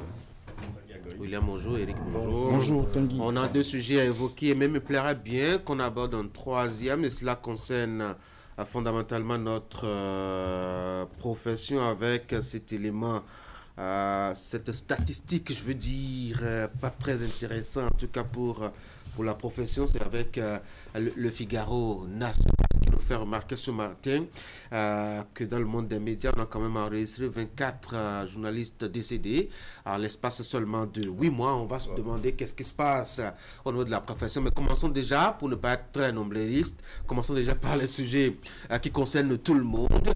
Il y a que le gouvernement a déposé sur la table des députés un projet de loi qui va désormais organiser la chefferie traditionnelle dans notre pays. Le Gaba, la fin, je dois dire, des rois de quartier et des rois de chambre à coucher. je dirais même des rois de petites ruelles. Oui, voilà, justement. Parce qu'effectivement, on a eu cette vague de roitelets, des rois de famille, justement. On en a eu tellement eu. Et n'importe qui peut se lever du jour au lendemain, s'accoutre et subitement devient le roi de sa collectivité, le roi de toute une petite famille. Donc, il devient sa majesté. Il devient sa majesté à lui, justement. Donc, et effectivement, ça a commencé par jeter véritablement l'opprobre sur cette constitution africaine qui était mise en place depuis la nuit des temps et qui, d'une certaine manière, organisait la société. Vous voyez, jusqu'aujourd'hui, quand vous regardez, quand vous observez un peu la constitution de notre société, vous allez remarquer qu'il y a des rois dans certaines régions que vous ne pouvez pas défier parce que vous savez, vous reconnaissez et vous connaissez leur autorité. Mais dans d'autres localités, vous voyez des rois, vous avez à la limite envie de leur demander, vous êtes roi de qui ou de quoi? Et qui sont vos sujets et jusqu'à quel niveau avez-vous votre autorité? Donc vous savez, c'est pour vous faire comprendre que à un moment donné, il fallait arrêter la saignée parce que c'était devenu effectivement une vraie pagaille, comme le dirait l'autre, et rétablir l'autorité de la chefferie traditionnelle, qui n'est pas des moindres. Ailleurs, je veux nommer par exemple, je veux citer par exemple le Burkina Faso, où le Mogonaba est l'une des autorités les plus respectées. Le Mogonaba, quand il parle, c'est que vous avez peur. Parfois même, sa voix porte encore plus que celle du président de la République. Ah ouais. Oui, effectivement. Au Burkina Faso, quand le Mogonaba donne un ordre, attention, vous êtes sûr que... Mais ça n'a rien à voir avec un test qu'on a déposé à l'Assemblée nationale. Il n'a pas eu besoin d'un test pour asseoir son autorité. Non, il n'a pas eu besoin d'un test pour asseoir son autorité parce qu'à leur niveau là-bas, ils ont su pérenniser ses acquis. Mais nous, à un moment donné, il y a eu pléthore de rois. Parce qu'entre eux, déjà, il n'y avait pas cette organisation. Parce que c'est l'organisation interne qui a créé le problème. Tout le monde voulait devenir roi. Et il fut un moment, vous n'êtes pas sans savoir, qu'il fut un moment où des rois allaient pratiquement tout le temps au palais de la République et à la présidence de la République. Et c'était devenu un peu comme la maison de tout le monde. Et donc, tout le monde devait devenir roi pour bénéficier de ses attributs et tout ça. Mais aujourd'hui, avec cette loi qui reconnaît ne reconnaît que 3 autorités au sein de la chefferie traditionnelle, les rois, les chefs traditionnels et les chefs coutumiers. Maintenant, c'est bien délimité. On sait qui est roi, qui est chef coutumier et qui est chef traditionnel. À partir de cet instant, quel que soit votre accoutrement, on doit pouvoir savoir avec précision qui vous êtes et quelle autorité vous incarnez au sein de la chefferie traditionnelle. Déjà au sein de la chefferie traditionnelle, deuxième aspect qui m'intéresse par rapport à cette loi, c'est que maintenant on établit clairement les liens entre la chefferie traditionnelle et le gouvernement. On sait avec précision quel est le lien maintenant entre les deux. Et l'autre aspect encore, quel est le lien entre la chefferie traditionnelle et les citoyens. Chaque fois qu'il y a une situation, très souvent, vous n'êtes pas sans savoir que parfois on dit, oui, mais où sont les rois? Pourquoi les rois n'interviennent pas? Pourquoi les chefs traditionnels n'interviennent pas? Pourquoi les chefs coutumiers n'interviennent pas? Parce que le gouvernement à lui seul, c'est vrai, c'est politique, même si, entre-temps, la chefferie traditionnelle était beaucoup plus politique, et c'est ça qui déterminait les liens de la société et l'organigramme de la société. Aujourd'hui, maintenant, on voit un peu l'avantage, mais le bémol que moi je trouve, c'est que il faut véritablement qu'on délimite clairement, c'est vrai que le travail se fait encore, qu'on délimite clairement où est-ce qu'il y a roi, où est-ce qu'il y a roitelet. Il faut que ce soit clairement défini, parce que c'est vrai que je suis en train d'apprendre qu'on est en train de refaire la carte des rois et définir qui sont ceux qui sont véritablement rois, et surtout les royaumes, justement, définir véritablement les royaumes. C'est à ce niveau-là que parfois, qu'il se peut qu'il y ait un peu que j'ai un peu de doute sur la qualité du travail qui se fait à ce niveau. Merci. Vous savez, nous sommes république depuis 1958, État souverain depuis 60, mais État démocratique depuis 90, allons-y.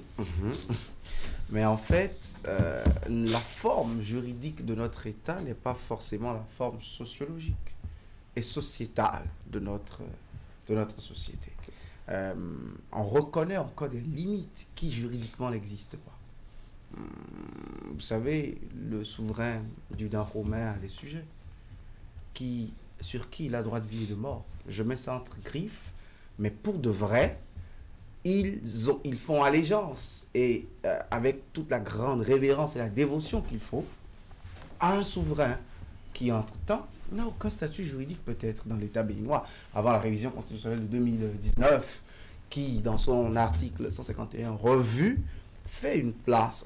L'État dit, noir sur blanc, nous reconnaissons la chefferie traditionnelle. Avant cela, des Béninois faisaient allégeance. En pays Bariba, on a un empereur à qui aucun fils Bariba ne demande de descendre de son véhicule pour venir voter. On amène, il est exceptionnellement celui vers qui j'ai vu des images où on amène le bulletin, on dit Sa Majesté a posé votre cachet et nous ferons le devoir d'aller déposer dans l'isoloir. Nous irons dans l'isoloir déposer dans lui. En fait, le code électoral n'a pas prévu ça. Mais le Bariba sait que cette autorité est à respecter. Ça n'avait peut-être aucune codification, j'ai le mot, ça n'avait aucune codification juridique, mais en fait, dans la pratique, c'était une évidence que nous reconnaissions des autorités autres que celles que l'administration a établies dans les 3 démembrements de l'État que nous connaissons.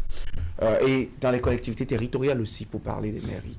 Donc, il était normal que cette évidence soit codifiée pour que nous puissions également assainir le milieu, parce qu'entre-temps, beaucoup d'immatriculations avaient disparu au profit de Sa Majesté Roi, avec de très longs noms, ou des pseudos, des noms de trône, à des événements d'une certaine envergure. On voyait beaucoup de têtes couronnées au point où on ne faisait plus la démarcation. J'ai eu une confidence d'un agent du protocole d'État une fois qui dit qu'il y a un décret de 2006 qui organise le protocole d'État avec beaucoup d'évolution dans la pratique. Mais quand, à un événement, les chefs traditionnels sont nombreux, ils ont du fil à retordre. Parce que non seulement il n'y a pas de décret de ce côté, mais en fait, ils sont un peu nombreux. Pas pour dire qu'ils pilulent, mais en fait, on n'a pas su on ne connaît pas les grades, les anciennetés, et pour donner le respect qu'il faut. Donc, le Haut Conseil des rois, une association a été constituée, s'organise, reconnaît les plus hauts dignitaires, les souverains d'une certaine sphère de notre pays, mais cela n'a pas forcément réglé le problème. C'est en cela qu'on a trouvé la pertinence en 2022, après la révision constitutionnelle, d'asseoir une commission technique, un conseil des ministres, 2 ans exactement après, c'était en septembre 2022, 2 ans exactement après, la commission livre son travail aujourd'hui, rendu dans un document en projet de loi. Donc pour moi déjà, le vide juridique à couvrir est important. Ensuite, assainir le milieu, Ulrich l'a rappelé, on classe, vous savez, c'est très facile de dire tête couronnée, d'utiliser des vocables d'un dimension beaucoup plus générique et tout, mais faire la démarcation. Vous savez, en langue, par exemple, dans un certain milieu de notre pays, on dit da, da, da, mais tous les da ne s'équivalent pas. Ils n'ont pas tous le même pouvoir, ils n'ont pas le même ancrage, la même étendue et tout. Les chefs traditionnels ne pourront pas avoir la légitimité qu'ils ont au Nigeria, au Burkina, comme l'a dit tout à l'heure Ulrich, mais en fait, au moins on aura légiféré pour organiser un peu le secteur. Eric ? Je pense qu'avant le dépôt de ce projet de loi à l'Assemblée nationale, c'est un travail qui a commencé depuis environ 2 ans déjà, avec l'installation de cette commission mise en place par le chef de l'État, je pense en mai 2022. Et l'objectif, n'est-ce pas, assigné à cette commission, c'était justement d'élaborer des actes administratifs pouvant justement réorganiser ce secteur, mais aussi revoir les modes et l'organisation, surtout la désignation des chefs traditionnels. Et puis, nous savons que le constat qui a été fait avant l'installation de cette commission, William a commencé par l'évoquer. Je me rappelle plus combien de fois on s'est désolé de voir comme on dit, les chefs traditionnels devenus des perroquets, des hommes politiques. Combien de fois on s'est désolé de constater que les attributs d'un roi, d'un chef traditionnel, n'est-ce pas, sont devenus de plus en plus banalisés. En tout cas, autant de choses qui réduisent un peu l'image de cette organisation de notre société, et qui, comme nous savons, est quand même très important pour l'équilibre de notre environnement. Il y a des questions pour lesquelles il faut forcément aller s'adresser à un roi pour sans doute recevoir ses conseils, ses orientations, n'est-ce pas, pour trouver des solutions. Les politiques, en tout cas ceux que nous avons nommés ou élus à la tête des différentes institutions de l'État, n'ont pas des solutions à tous les problèmes. On m'a raconté une histoire où on a envoyé un commissaire dans une localité et il n'arrivait véritablement pas à trouver des solutions à la grande criminalité.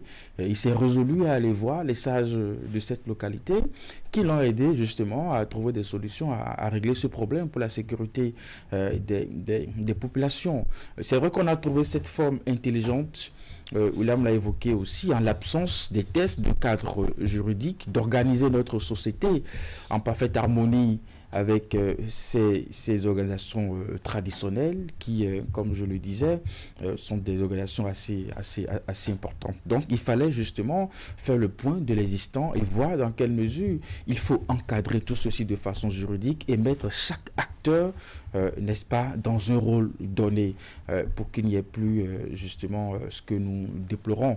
Nous savons aussi combien de fois on s'est désolé de voir deux rois à la tête d'un royaume. On se pose bien de questions. Je ne voudrais pas aller dans des régions données. Ça existe, on se pose bien la question, mais finalement, qui est roi et qui ne l'est pas? Quelle est la position géographique qui est reconnue à telle personne? Est-ce que ce n'est pas justement ce travail qu'il fallait faire, vulgariser, s'entendre là-dessus avant d'envoyer un test à l'Assemblée nationale, William, étant donné que jusque-là, avec la panoplie de rois qu'on a, quelqu'un s'est même appelé, j'ai lu sur une place, Tukuma Yagabe, Sa Majesté Tukuma Yagabe ou un truc comme ça. Est-ce qu'il ne faut pas s'entendre d'abord? On va pas fustiger avec le nom ici. Non, j'ai lu brièvement, version généraliste.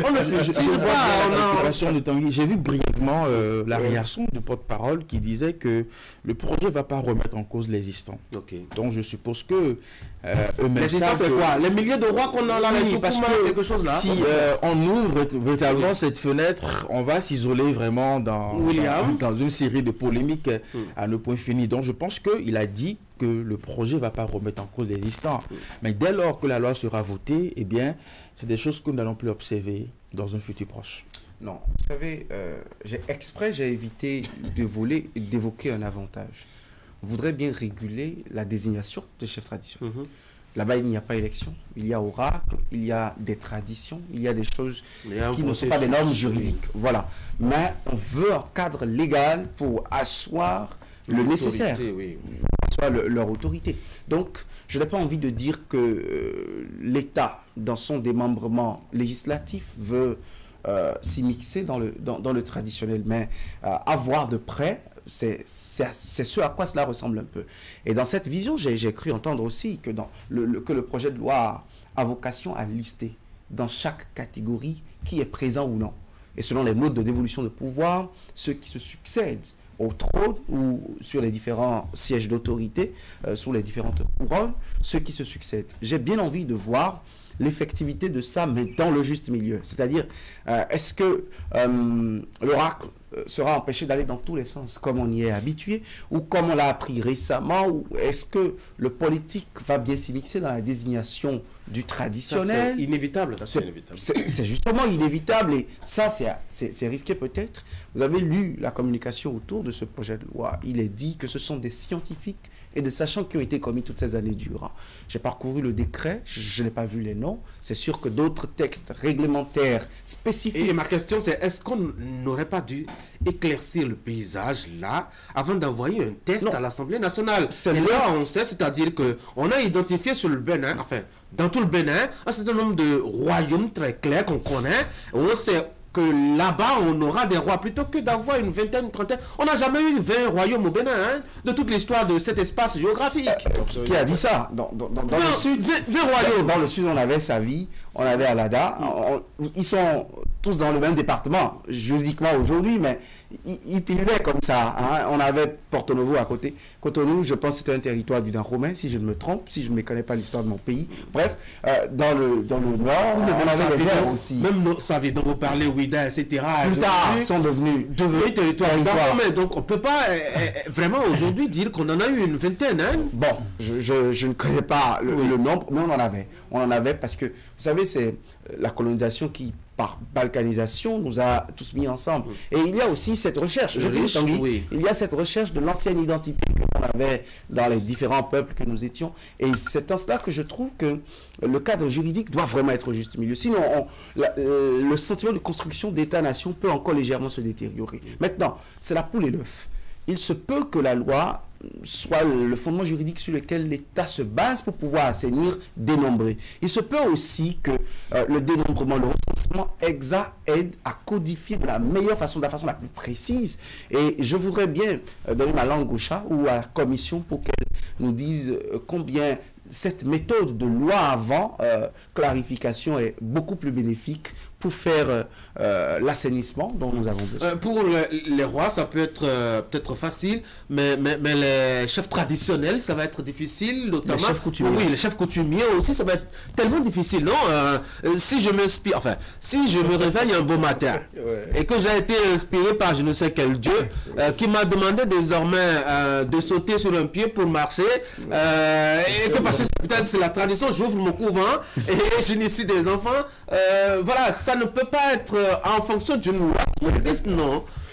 Mais écoutez, je veux d'abord commencer par surfer par les derniers développements de William, qui déjà a commencé par montrer un peu ce qu'il en est. Effectivement, c'est le jeu de la poule et de l'œuf, d'accord? D'une certaine manière, on sait déjà que il y a des roitelets, il y a des chefs traditionnels, il y a des chefs coutumiers, il y a ceux-là qui sortent a priori du néant et qui deviennent subitement des chefs traditionnels. Avec cette loi, en réalité, le premier aspect qu'il y a dedans, je sais qu'il y a un travail de fond qui se fait. D'après les informations que j'ai, il y a un travail de fond qui se fait pour délimiter clairement les grands royaumes. Quand je parle des grands royaumes, là, tout à l'heure, vous avez dit qu'il n'y a pas 20 royaumes au Bénin. Effectivement, il n'y a pas 20 royaumes au Bénin. C'est vrai qu'il y a des sous-royaumes. Et quand vous regardez bien l'histoire, quand vous consultez l'histoire du Bénin, vous allez constater qu'il y a des grands royaumes, de grands rois, mais qui ont des ministres, des sujets ou des chefs cantons, merci, des chefs cantons. Parce que quand, tout à l'heure, William parlait des da qu'on entend un peu partout, mais en réalité, les da n'ont pas le même niveau, les mêmes grades. Et les mêmes statuts. Et les mêmes statuts, voilà. Donc, quand quelqu'un se dit da, observez un peu, je vous donne un exemple très simple. Je veux prendre le royaume Batombo, d'accord? Quand vous allez à la Gani, par exemple, il y a ce qu'on appelle les taras. Les taras qui sont un peu cette forme de louange à travers les trompettes qu'on fait. Si je suis à un niveau donné, je suis dignité à un niveau donné qui suis respecté a priori dans ma zone ou peut-être dans ma localité et que je descends, on commence par jouer mon tara, d'accord? À un moment donné, quand un dignité supérieur à moi vient, systématiquement mon tara s'estompe pour que son tara prenne. Autrement, c'est comme si organisé. Oui, autrement, c'est que je suis en train de lui manquer de respect. Ce n'est plus ceux qui louent ma dignité ou ceux qui louent ma gloire qui lui ont manqué de respect, mais c'est moi qui lui manque de respect. Vous voyez un peu? Donc, c'est pour vous faire comprendre que déjà, il y a cette organisation naturelle qui était déjà faite au niveau de la société. Quand le roi de Niki sort, par exemple, aucun autre tara ne doit sortir, ne doit sonner. Aucun autre. Quel que soit le roi de Condé ou de Ndali, n'importe où, aucun autre tara ne doit sonner. C'est seul le roi de Niki qui sonne dans ce moment-là. C'est pour faire comprendre que déjà, la société avait déjà régi ses lettres. Mais avec cette loi, comme vous l'avez dit tout à l'heure, l'avantage qu'il y a dedans, c'est que maintenant, il y a un travail de fond qui se fait. C'est vrai que ça n'a pas été précisé dans le document. On est en train de délimiter actuellement clairement les grands royaumes. Mais après avoir délimité les grands royaumes, on saura maintenant où sont les cantons. ceux-là qui sont sous d'autres royaumes. Maintenant, quand nous venons au chef traditionnel, c'est le moment justement de réorganiser le couvent. C'est le moment pour nous maintenant de savoir qui fait quoi, dans quelles règles donner. Vous savez, des gens qui se lèvent du jour au lendemain et qui subitement disent « je suis inspiré par telle divinité, je suis inspiré par telle et autre, tout ça ». Non, mais il y a des responsables de ces divinités, il y a des responsables de ces cultes-là. Ils se rapprochent parce que rien ne se fait au hasard, nous sommes dans un pays de droit. Et c'est justement parce qu'à un moment donné, tout le monde est devenu Rounogan, tout le monde est devenu Rouvi, on ne sait plus exactement qui fait quoi, qui ne fait pas quoi, dans quel pays. Et là, justement, on a vu l'actualité nous a rattrapé. L'actualité nous a rattrapé. On est en commun. Tout le monde est devenu Rouvi, c'est un fidèle initié. Donc, quand nous nous retrouvons dans ce sillage-là maintenant, on peut dire avec précision, nous avons tel nombre de grandes divinités ou de grands cultes. Voici l'organigramme. On sait maintenant que quand on parle, par exemple, je prends par exemple les 4 élémentaux qui constituent souvent la démarcation des divinités. C'est-à-dire, quand on prend le côté terre, Sakwata et consorts, on sait qu'il y a une chefferie qui dirige. Celui qui dit subitement je suis adepte ou je suis chef de culte Sakwata, on doit pouvoir le suivre dans l'organigramme. Donc je pense que c'est un travail qui se fait. Sous les chefs traditionnels, il y a les chefs de culte. Moi, j'y ai pensé. Ouais. Je me demande, parce que pour moi, les cultes ne sont pas si saisissables. C'est difficile. Est-ce que sous les chefs traditionnels, on aura les chefs de culte? Parce que... Oui, les cultes sont bien connus. Hein? Les divinités sont bien connues. C'est vrai que j'ai dit tout à l'heure qu'il y en a qui en inventent. Mais les divinités originellement sont bien connues et le répertoire est fait. Oui. Le panthéon est clairement défini. Oui. Et en fonction du panthéon, on sait avec sont systématiquement liés. Est-ce que des chefs coutumiers ne seraient pas responsables de culte? Est-ce que des chefs traditionnels ne seraient pas chefs de certaines traditions, de certaines ethnies? Voilà pourquoi, justement, avant d'envoyer le test à l'Assemblée nationale, il fallait faire un débat d'éclaircissement. Je crois que ça nous a beaucoup manqué. Du coup, on va attendre que les députés, qui forcément ne sont pas très imprégnés parfois de ces réalités-là, oui, vous me regardez avec beaucoup avec de grands yeux. Il y a parce que le catholique, il y a beaucoup de pasteurs là-bas. Mais il y a aussi beaucoup de musulmans à l'Assemblée. Il y a aussi beaucoup de dats à l'Assemblée. J'espère qu'ils vont nous aider un peu. Et il y a aussi de sous-noms à l'Assemblée. On suit toujours le regard. Oui, nous avons un peu de tout à l'Assemblée. Vous avez des députés qui sont très impliqués dans les rites traditionnels au niveau de leur localité, comme vous en avez, qui sont des citadins. Justement assis à l'Assemblée nationale. Ils ont beaucoup le soutien des bénédictions de rois de royaume. Et c'est peut-être là que nous demandons à des gens qui peut-être ont aussi le point de vue sur la gestion, n'est-ce pas, qu'ils pensent de ce milieu et qui vont justement légiférer sur cette loi.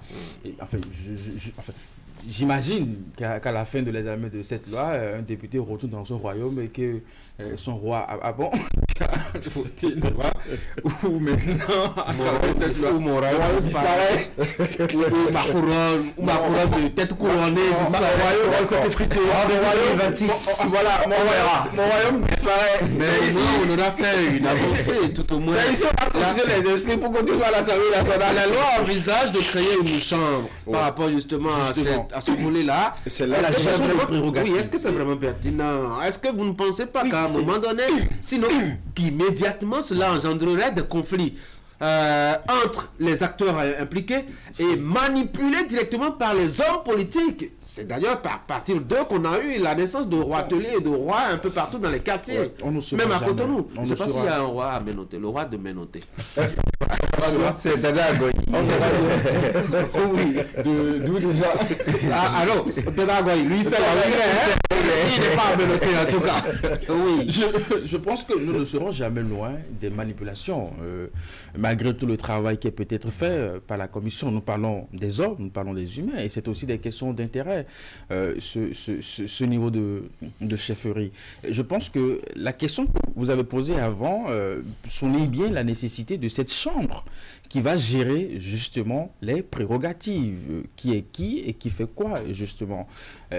J'imagine qu'au niveau de cette chambre, nous aurons des chefs traditionnels peut-être reconnus par l'ensemble des autres chefs traditionnels qui sont vraiment des gens assez outillés, ils maîtrisent bien ce milieu et qui pourront désigner X ou Y, n'est-ce pas, et lui attribuer véritablement un rôle.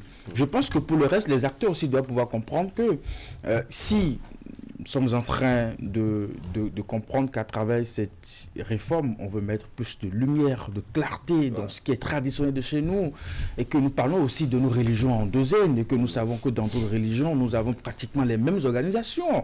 On sait comment on devient prêtre dans l'Église catholique, c'est tout un processus, toute une cérémonie, et donc on peut comprendre que aussi que les acteurs puissent accompagner la réforme, et qui va permettre que, en le sein, qu'on ne puisse, vous savez, à l'occasion des grands événements, quand on veut disposer des sièges, on réfléchit beaucoup en ce qui concerne les chefs traditionnels, parce qu'on ne sait pas qui il faut mettre devant, qui il faut mettre derrière, qui il faut faire ceci, qui il faut... Parce que le protocole qui se donne, toutes les peines. Et c'est souvent le 10 janvier que les journalistes ont ce problème, parce que ils portent pratiquement les mêmes noms, chef traditionnel, chef de ceci, mais après, franchement, parfois, nous-mêmes, on arrive à faire la part des choses à travers l'habillement. Quand vous voyez quelqu'un qui est plus lourd que l'autre, on se dit, bon, donc c'est là la quantité de comment on va faire?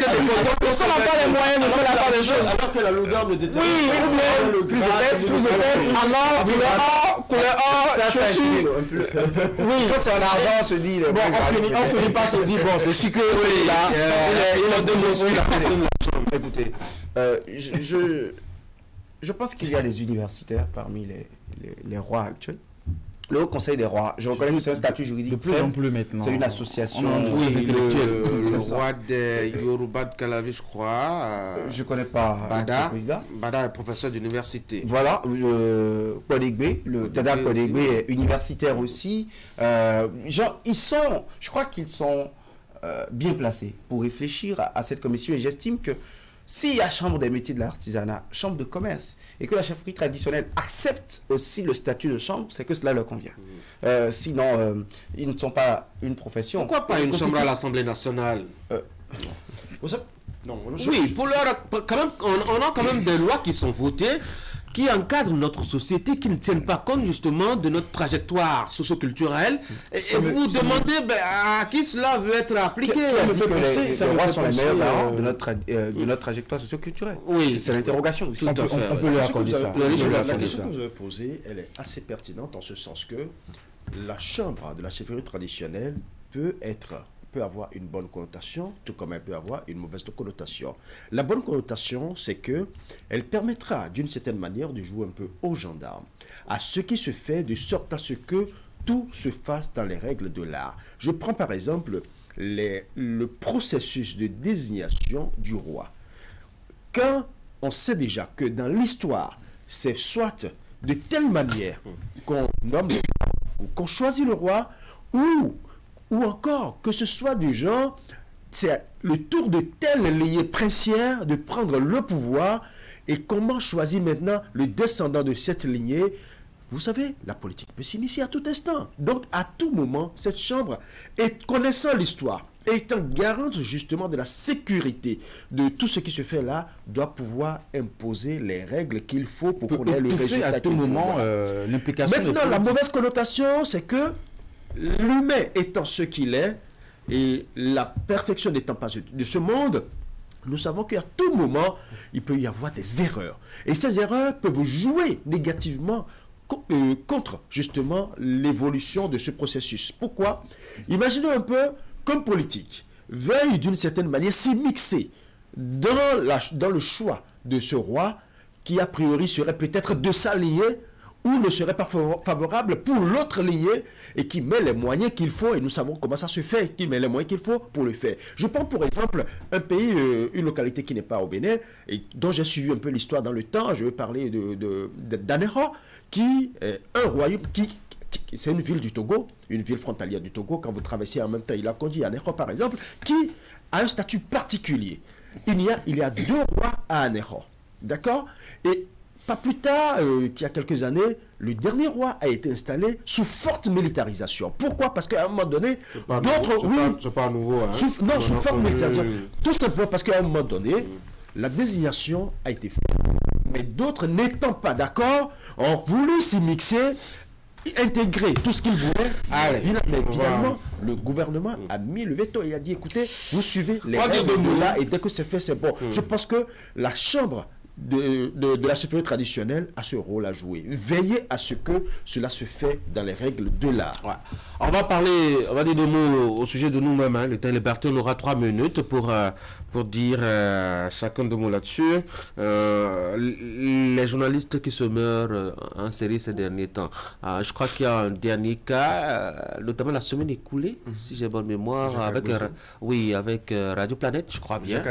Jacques Agbozo qui nous a quittés. Alors, il y a quand même le Figaro National qui a fait un petit bilan. Hein. J'avoue que je ne l'ai pas remarqué, cette série. C'est vrai, on a commencé à s'inquiéter, mais qu'on en soit jusqu'à 24 journalistes en moins de 8 mois, il faut avoir peur, non? Il y a eu une saignée. À qui le tour? Oui. Quelqu'un a dit ça dans ce pays. On a connu la suite. C'est une question qu'il ne faut pas souvent poser. D'accord. Et on ne souhaite la mort de personne. Oui, évidemment. Mais je pense que au décès du jeune Sadiko Aboubaka, je disais sur un plateau que en fait, nous ne voyons pas tout ce qui peut concourir à cela. Il y a des raisons spirituelles peut-être, mais il y a également des raisons évidentes. Le misérabilisme, mais ils ne sont pas les seuls mal lotis de la République. Quand vous dites ça sur la place publique, ils s'énervent. Je me rappelle la douche froide que j'ai reçue l'année passée, quand j'ai dit que les journalistes sont de plus en plus miséreux. On m'a dit qu'il ne faut pas dire ça. Moi je le dis, et je suis prêt à faire le débat avec quiconque. Les journalistes, dans leur paupérisation scabreuses, sont en train de descendre de leur statut social, reconnaissons-le, du point de vue des libertés, du point de vue de leur de pans qu'ils se sont tirés longtemps aussi. Maintenant, de ce point de vue, moi, ça a commencé avec des doyens en début d'année, Annick Ballet, Jérôme Carlos, et après des plus jeunes, vraiment des plus jeunes. Moi, je tiens compte, j'analyse ça sous le sceau des conditions de vie et d'exercice du métier, mais bon croyant que je suis, je pense également à des raisons spirituelles, et je dis qu'il faut que chacun prenne soin de lui, et que si on croit au bon Dieu, en Jésus-Christ comme moi, il faut s'y accrocher. Tout le monde croit en Dieu, je crois. Enfin, pas tous, il y a des athées. Ah d'accord. Oui, Eric. Je pense que c'est vrai, le bilan grimpe. Et on se pose tous des questions et on a vraiment du mal à avoir vraiment des réponses. Vous et moi savons que la mort peut frapper à tout moment et tout ce que nous souhaitons, c'est que cela ne soit pas de sitôt. Même quand ça arrive à des personnes qui sont d'un certain âge, c'est toujours difficilement que nous prenons cette nouvelle. Je finirai par la dernière phrase de William, que nous puissions davantage prendre soin de nous. Comment on prend soin de soi quand les conditions d'exercice de métier... Si nous commençons par évoquer, en voulant vraiment répondre à la question, nous commençons par évoquer des raisons, pour moi ça reste subjectif. Misère, je me dis, est-ce que le respecter Jérôme Carlos est parti dans ces conditions? Je ne pense pas. Donc on peut évoquer plusieurs raisons pour nous avons quand même... Nous avons des gens qui, en pleine activité, quand même, qui leur apportent un minimum en matière de vie, sont quand même partis. Mais il y en a avec parfois des maladies chroniques, ont fauché, et ça, même un qui est alité depuis des années. C'est un peu de tout, finalement. Notre ami Baguidi, qui lutte contre la mort au quotidien, et qui n'a pas les moyens d'y faire face. Plein d'agonie. Oui. C'est compliqué. Le riche.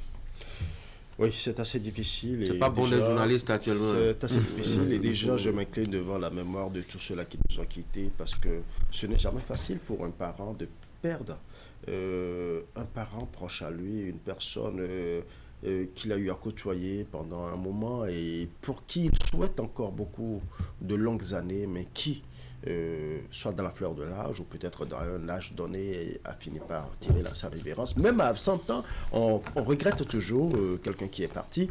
Déjà, quand nous revenons à la profession, parce que c'est de notre profession que nous parlons, la question fondamentale que nous devons nous poser aujourd'hui, comment vit le journaliste béninois? C'est un véritable...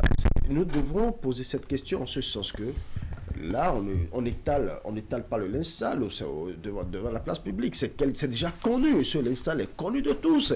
La question de sécurité sociale, la question de sécurité sanitaire, ce sont des problèmes réels. Nous avons lutté dans le temps pour la carte de presse. On a vu tout ce qu'il y a eu, une carte de presse qui a été gardée pendant des mois, ou sinon des années, avant d'être sortie. Mais quand la carte de presse est sortie, quels sont véritablement les avantages liés à cette carte-là dont les professionnels des médias bénéficient aujourd'hui? Absolument aucun pour l'instant, à part le fait de présenter cette carte de presse devant le policier ou devant le militaire pour dire oui, je suis de la presse, je peux passer, je peux faire ci. C'est tout, ça s'arrête là. Alors qu'ailleurs, quand vous présentez votre carte de presse, vous avez parfois des avantages, des réductions parfois sur des achats. Vous avez une condition sanitaire plus ou moins sécurisée, ainsi de suite. Mais ici, au Bénin, quel est le travail qui se fait? Quand je le dis, je ne le dis pas parce que je veux offusquer, mais il faut qu'on le dise clairement pour que les fêtières de la presse comprennent qu'il y a un lourd travail à faire. Que la RAC qui est présente là, c'est vrai que ce n'est pas véritablement son travail, mais qu'elle y réfléchisse justement pour voir comment inciter, comment accompagner les fêtières justement à faire ce travail-là. Et je le dis aussi pour nous-mêmes qui sommes de la corporation, nous-mêmes qui sommes de la corporation, que nous comprenions que nous devons nous comporter de façon digne. Parce qu'il arrive un moment où, même entre nous, parfois on se comporte de façon à s'inquiéter, on se demande, est-ce que vraiment celui-là, il est digne de la corporation? Dernier aspect, nous devons faire en sorte que, nous devons faire en sorte que cette... je dirais, ce mal-là qui décime la corporation, qu'ensemble, nous puissions vraiment, comme l'a dit William, faire une sorte de... Il faut qu'on appelle tous les mains des ancêtres, les dieux que nous connaissons, toutes les divinités que nous connaissons. Sur ce plateau, on va s'en remettre. Pour d'une certaine manière éloigner de cette corporation, sur ce plateau, on va s'en remettre. Et la jeunesse. À la grande sagesse, comme le disait Socrate, grande initiation, grande connaissance. Comme le disait Socrate, quand il était sur le point d'avaler de la cyanure, il dit: voici l'heure de nous séparer, moi pour mourir, vous pour vivre, qui de nous a le meilleur partage, nul ne le sait excepté les divinités. Je pense que nous devons prier pour ceux-là qui nous ont quittés, prier pour le repos de leurs âmes, et prier aussi pour ceux qui sont vivants, pour qu'ils tiennent haut la lampe, sinon l'étendard de la presse béninoise pour une communication ou l'information juste, claire et précise au service des consommateurs de presse. C'est bon. Merci. D'accord. Merci beaucoup, cher monsieur. Je disais que nous, sur ce plateau, on va faire confiance à William, notre pasteur, notre guide spirituel pour nous. Qui priera pour nous. Il faut exorciser ce mal. Les mots de nous qui peuvent attenter à notre vie. Allez, comment? Dieu vous exauce. Dieu nous exauce. Ah bon, c'est bon, c'est bon. Amen. C'est bon. Amen. Qu'est-ce qu'on dit? Ou je dirais simplement que la bénédiction soit... Donc, amen à vous. Merci beaucoup, chers messieurs. Bonne journée. Mesdames et messieurs, derrière moi, la revue de presse. Merci d'avoir été là. Bonne journée.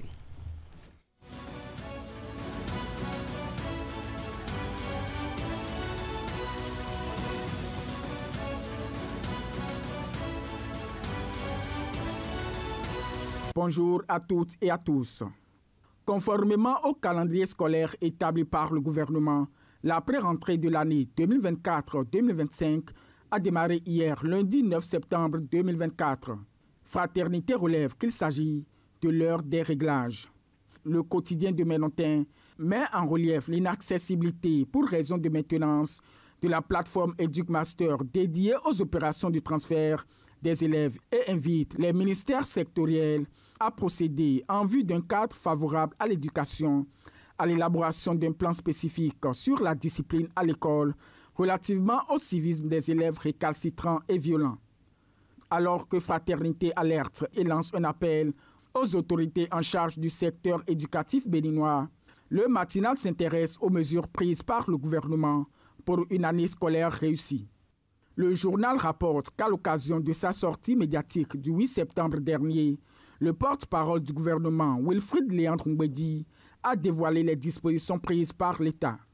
Il convient de citer le décaissement traditionnel de fonds au profit des établissements scolaires, la poursuite du programme de construction de salles de classe et le lancement d'un nouveau processus de recrutement d'AME à l'effet de combler un déficit de 476 enseignants. Le secrétaire général adjoint du gouvernement a par ailleurs rassuré de l'ouverture des cantines scolaires dès le jour de la rentrée. De son côté, l'affiche du jour nous rappelle qu'à l'Assemblée nationale s'ouvre ce jour une nouvelle session extraordinaire. Le canard revient sur les différents sujets inscrits à l'ordre du jour.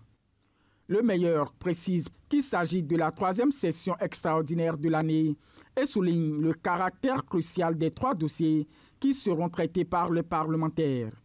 Pour sa part, Décryptage Info met l'accent sur la désignation des membres du Conseil économique et social.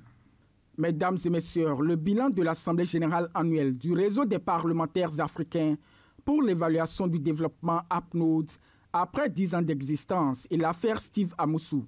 Ainsi se présente le menu servi à Jérémy Adoumaou, député à l'Assemblée nationale et président du dit réseau, dimanche dernier lors de l'émission hebdomadaire Zone Franche de Canal 3 Bénin. L'invité a notamment mis en exergue l'importance de l'évaluation du développement qu'il considère comme un outil de bonne gouvernance et de prise de bonnes décisions. Il a cité quelques recommandations issues des travaux de l'APNOD tenus du 28 au 30 août 2024, dont l'évaluation du fonctionnement du réseau, l'adoption des textes, l'installation d'un secrétariat en bonne et due forme et l'augmentation des frais de cotisation des membres. Fraternité n'était pas seule à suivre cette sortie médiatique du député, puisque Bénin Intelligent affiche à sa une un extrait de ses propos. L'évaluation permet la bonne gouvernance. Problème de gouvernance ou pas, c'est la désunion au sein du cadre de concertation des confessions religieuses au Bénin. En effet, l'Union islamique du Bénin se retire de l'organe et son président dépose le tablier. L'information est livrée par Le Matinal qui précise que cette double décision radicale est justifiée par des raisons de convenance, de vocation et de principe. Fin de la revue de presse de ce mardi 10 septembre 2024.